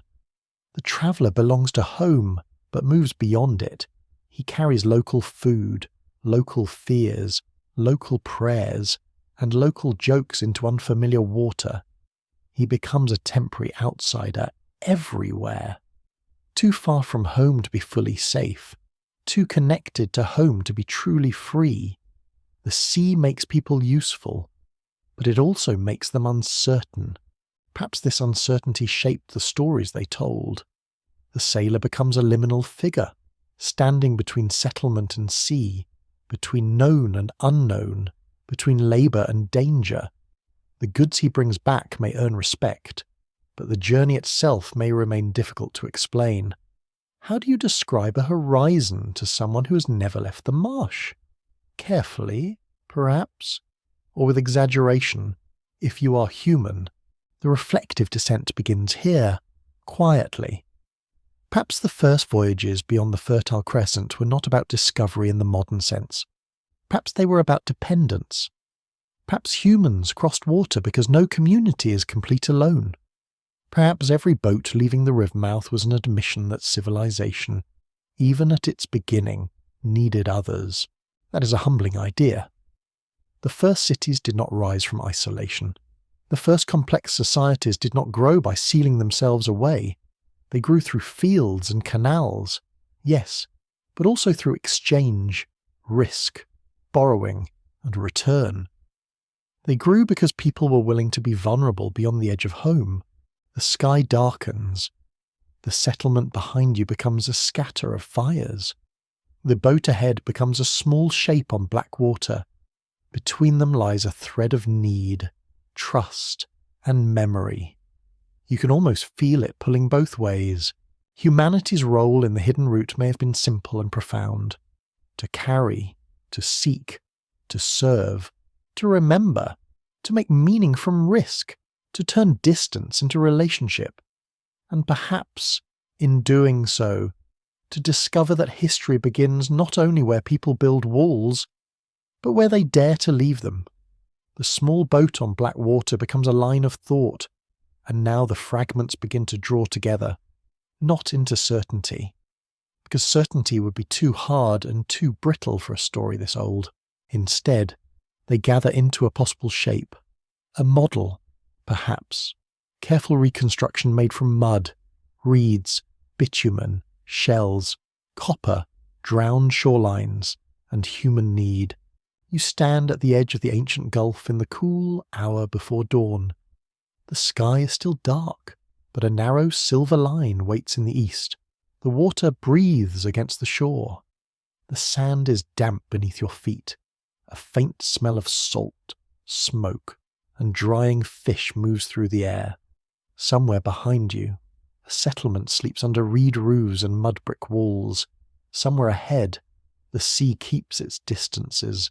You begin with what can be held firmly. Southern Mesopotamia was a river world. Its people learned water before they learned empire. They built with reeds and clay. They managed floods and channels.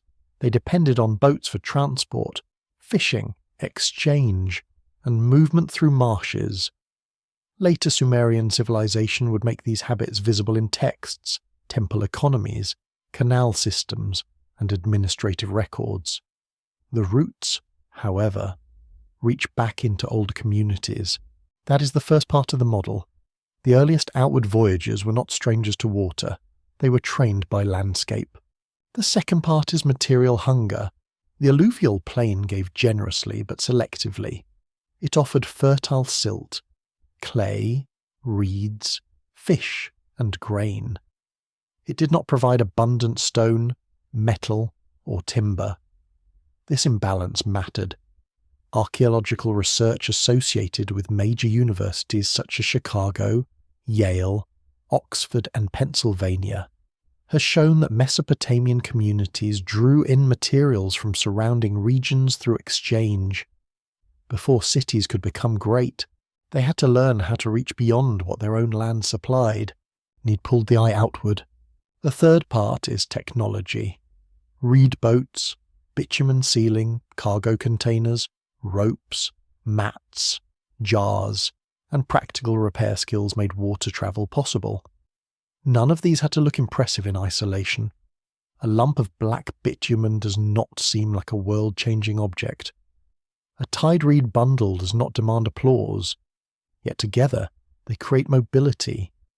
They turn marsh plants into vessels, vessels into roots, and roots into memory. You imagine the process slowly. A boat first moves along channels, then it ventures into lagoons, then it follows a coast in calm weather, then it crosses to a visible island, then the island becomes familiar, then another shore becomes reachable. Each step is small enough to be believable. Taken together, they change the human map. A fourth part lies beneath the water. Ancient coastlines were different. Sea levels rose and reshaped the Gulf.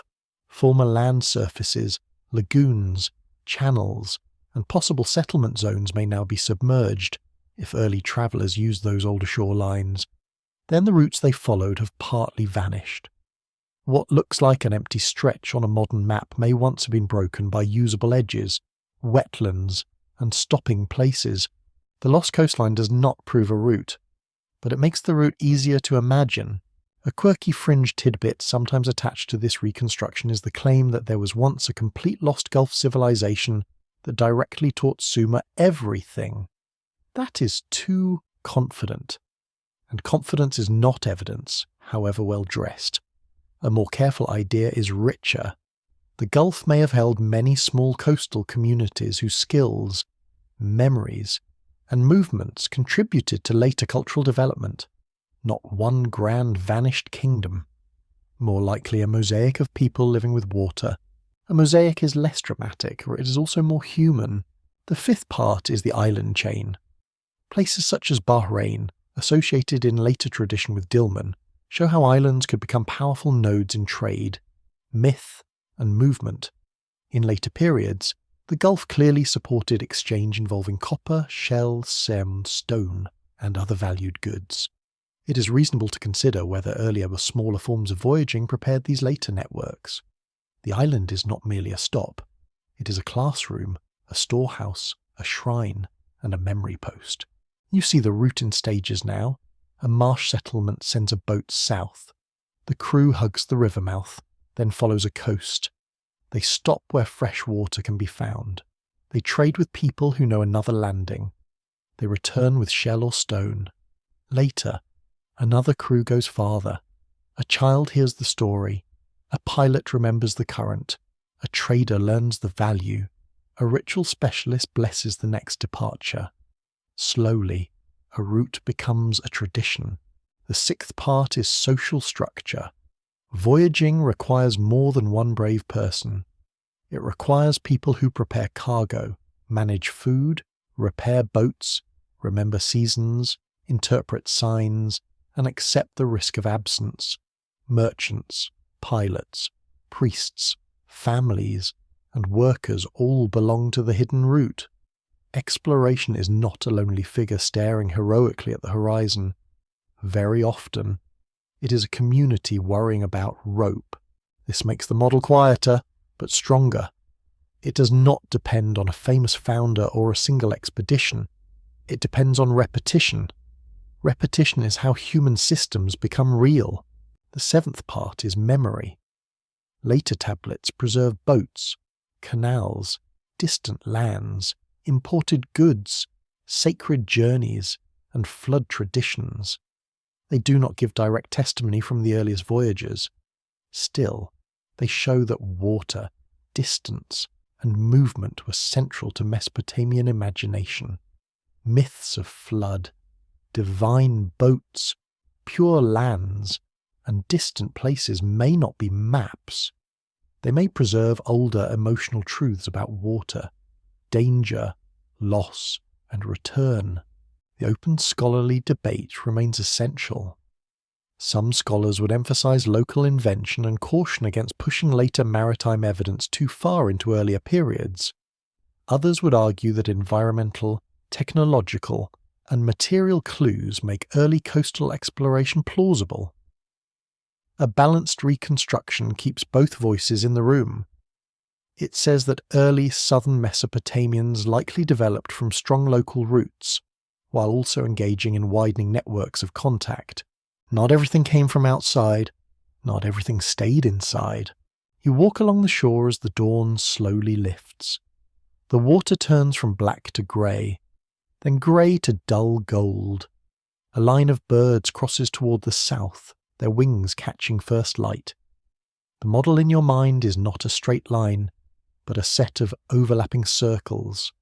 Marsh movement, coastal travel, island contact, material exchange, flood memory, ritual meaning, social need. Each circle touches another. This is perhaps the safest way to imagine Proto-Sumerian exploration beyond the Fertile Crescent, not as a dramatic leap into the unknown, but as a gradual widening of familiar practices. The marsh teaches the boat, the river teaches the route, the coast teaches caution, the island teaches distance, the cargo teaches value, the return teaches possibility, and after enough returns, the unknown changes its name. You can almost see the hidden horizon now. It is not a single destination.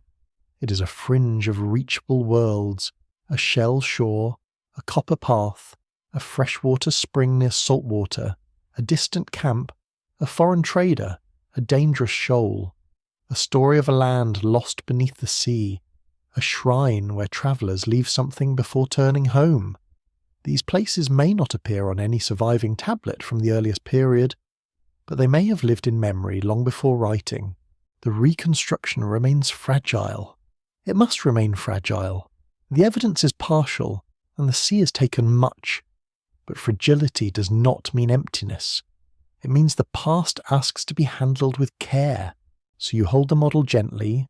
Early Proto-Sumerian communities, shaped by rivers and marshes, may have extended their water skills beyond the Fertile Crescent in gradual stages.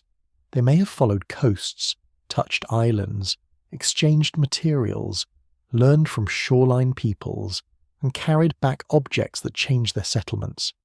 Their journeys may have been practical, sacred, seasonal, and sometimes accidental.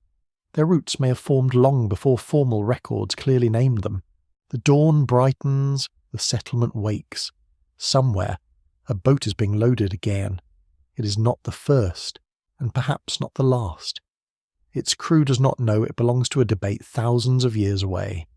They only know the wind seems favourable, the cargo is balanced, and the old pilot has not objected, which may be the closest thing to optimism anyone will receive.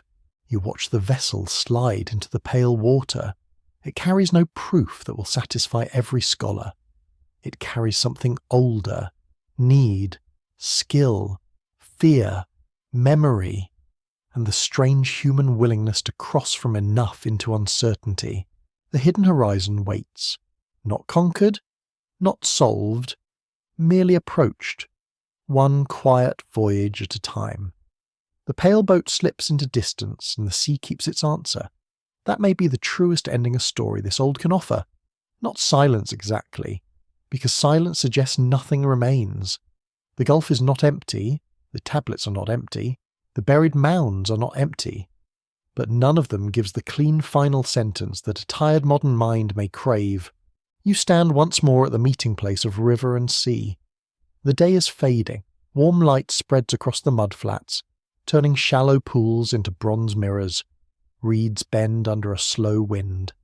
The smell of salt, wet clay, fish, and smoke moves around you in soft layers.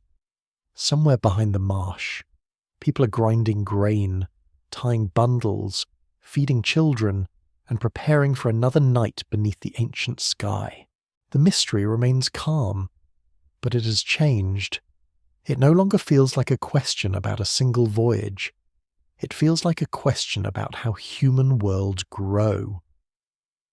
Did early southern Mesopotamian communities sail beyond the Fertile Crescent? Perhaps some did. Perhaps others only received the goods and stories brought by neighbouring coastal peoples. Perhaps the truth lies in 1,000 small crossings, most of them ordinary to those who made them. That is often how history hides itself. The mainstream historical fact is steady beneath your feet. Southern Mesopotamia became one of the world's earliest urban civilizations, yet its rise depended on older landscapes of water management, craft skill, exchange, and adaptation. Research from major institutions such as Oxford, Chicago, Yale, and the University of Pennsylvania has helped show how deep and complex those foundations were. The cities did not emerge from isolation. They rose from networks of mud, river, labour, and contact. Still, the earliest edge of that network remains blurred. Archaeology can show imported materials. It can reveal bitumen, seals, pottery, settlement layers, and later trade systems. Geology can suggest vanished coastlines. Texts can preserve memories of boats, distant lands, floods, and sacred waters. Yet the first hesitant journeys, if they happened as imagined, may have left almost nothing that can be named with certainty. A reed boat rots, a beach disappears, a pilot dies, a route survives only until people stop taking it. You look out over the water and feel the humility of that. The sea does not preserve human ambition evenly. It keeps some things and erases others. It may hold a lost shoreline under silt. It may scatter a landing place until no one can tell whether people once rested there. It may turn a real memory into myth, and then let scholars argue over whether the myth remembers anything real at all. A quirky fringe tidbit still drifts around this subject, suggesting that the earlier Sumerians came from a mysterious overseas homeland, arriving with civilization already formed in their boats. It is a dramatic idea, and dramatic ideas tend to sail faster than evidence. A more grounded possibility is quieter. Early southern Mesopotamia may have grown from local roots while absorbing ideas, materials, and memories from surrounding water worlds. Not an invasion from legend, not a sealed garden. A meeting zone. That meeting zone is enough to unsettle the imagination. You can picture generations standing at this edge. One generation knows only the marsh and nearby channels. Another knows a coastal camp. Another knows an island. Another hears of copper from farther south, stone from distant hills, or shells gathered where the water is clearer. No one sees the whole expansion. Each person inherits a slightly wider map than the one their grandparents knew. The open scholarly debate continues, and it should. Some scholars remain cautious about assigning long-distance seafaring to very early communities without firmer evidence. Others point to environmental conditions, material demand, later maritime networks, and submerged landscapes as reasons to keep the possibility open. The wisest voice does not close the door too quickly. It asks for patience, new surveys, underwater research, and a willingness to accept partial answers. Partial answers are not failures. They're often the natural shape of ancient history. Your mind returns to the clay tablets. They do not speak from the very beginning, but they remember a world where boats mattered. They remember cargoes, canals, labour, temples, and waters that linked people to one another. They remember flood and journey, divine travel and earthly accounting. They turn movement into signs. Yet even their signs feel like ripples from something older. You return to the marsh people, whose hands knew reeds, knots, bitumen, and balance. You return to the islands, where distant land became possible again. You return to the vanished coastline, where the sea may cover paths no one can walk. You return to the cargoes, small objects that carried geography into homes and shrines. You return to the night sailors, watching stars without leaving a single written word. Each clue has its own weakness. Together, they create a mood of possibility. Perhaps that is what the sea keeps. Not proof, but mood. Not an answer, but pressure. It presses against the old story of civilization as something that rose neatly from fields and cities alone. It suggests that the first urban world may also have been shaped by tides, coasts, islands, trade winds, and people whose names dissolved long before kings wrote theirs in clay. You stand in the late light and let that thought settle. Civilization may begin in mud, but it does not stay there. It stretches toward what it lacks. It sends people outward. It receives strangers. It turns rare goods into meaning. It turns dangerous roots into habit. It turns habit into memory. Then, much later, memory becomes myth, and myth becomes a question placed gently in your hands. The gulf darkens. The sky lowers into blue. A single bird crosses the horizon, its shape briefly black against the fading light. The river behind you continues to pour itself toward the sea, as it did for those early communities, as it did for the first city builders, as it did for scribes, priests, fishers, traders, and children who never knew they were living near the beginning of a recorded history.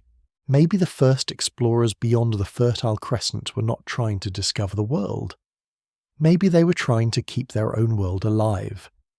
They crossed because grain was not enough, because stone mattered, because copper shone, because islands called softly through rumour, because water threatened home and promised elsewhere, because human beings, even when frightened, are drawn toward the next shore, and perhaps that is the hidden truth. Not that Proto-Sumerian explorers certainly reached every distant coast, not that one lost civilization explains everything, but that from the earliest layers of human settlement, connection was already part of survival. The first cities were not only built upward from clay, they were also opened outward by water. The tide rises with almost no sound. The reeds shift. The last light touches the surface of the gulf, then disappears. Somewhere, in a time beyond reach, a boat leaves the river mouth. It carries food, rope, jars, a nervous crew, and a memory older than writing. It moves carefully into the dark, not as proof, not as legend, but as possibility. And perhaps the story is not yet complete. Now the night becomes softer, and the old sea grows less like a question and more like a lullaby. The boat is far away. The river is only a dark ribbon under the stars. The reed beds rest in long shadows, and even the insects seem to lower their voices. You no longer need to solve the mystery.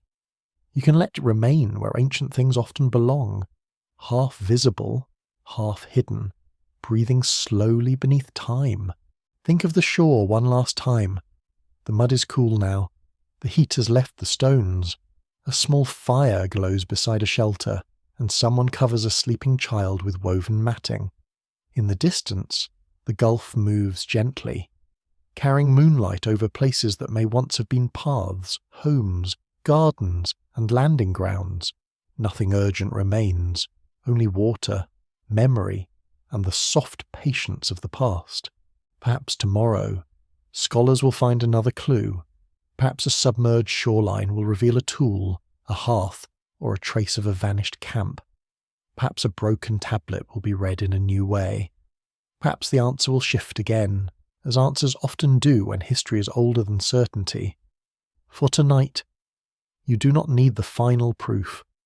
You only need the feeling of standing at the edge of the ancient world, listening as the tide covers and uncovers the same old question. The first travellers fade into darkness. Their names are gone, but their courage remains imaginable.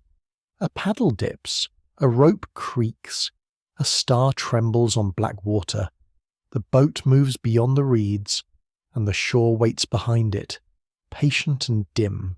Let the river keep flowing, let the sea keep its secrets, let the tablets sleep in their quiet rooms, let the buried coast rest beneath silt and moonlit water. The story has carried you far enough for one night, from mud brick settlements to island winds, from copper fragments to flooded memories, from human need to the soft horizon of wonder. And now, as the ancient gulf darkens in your mind, the last image can become very small. A boat, a star, a breath of salt air, then only silence, warm and deep, folding over the water. End of script. Good night.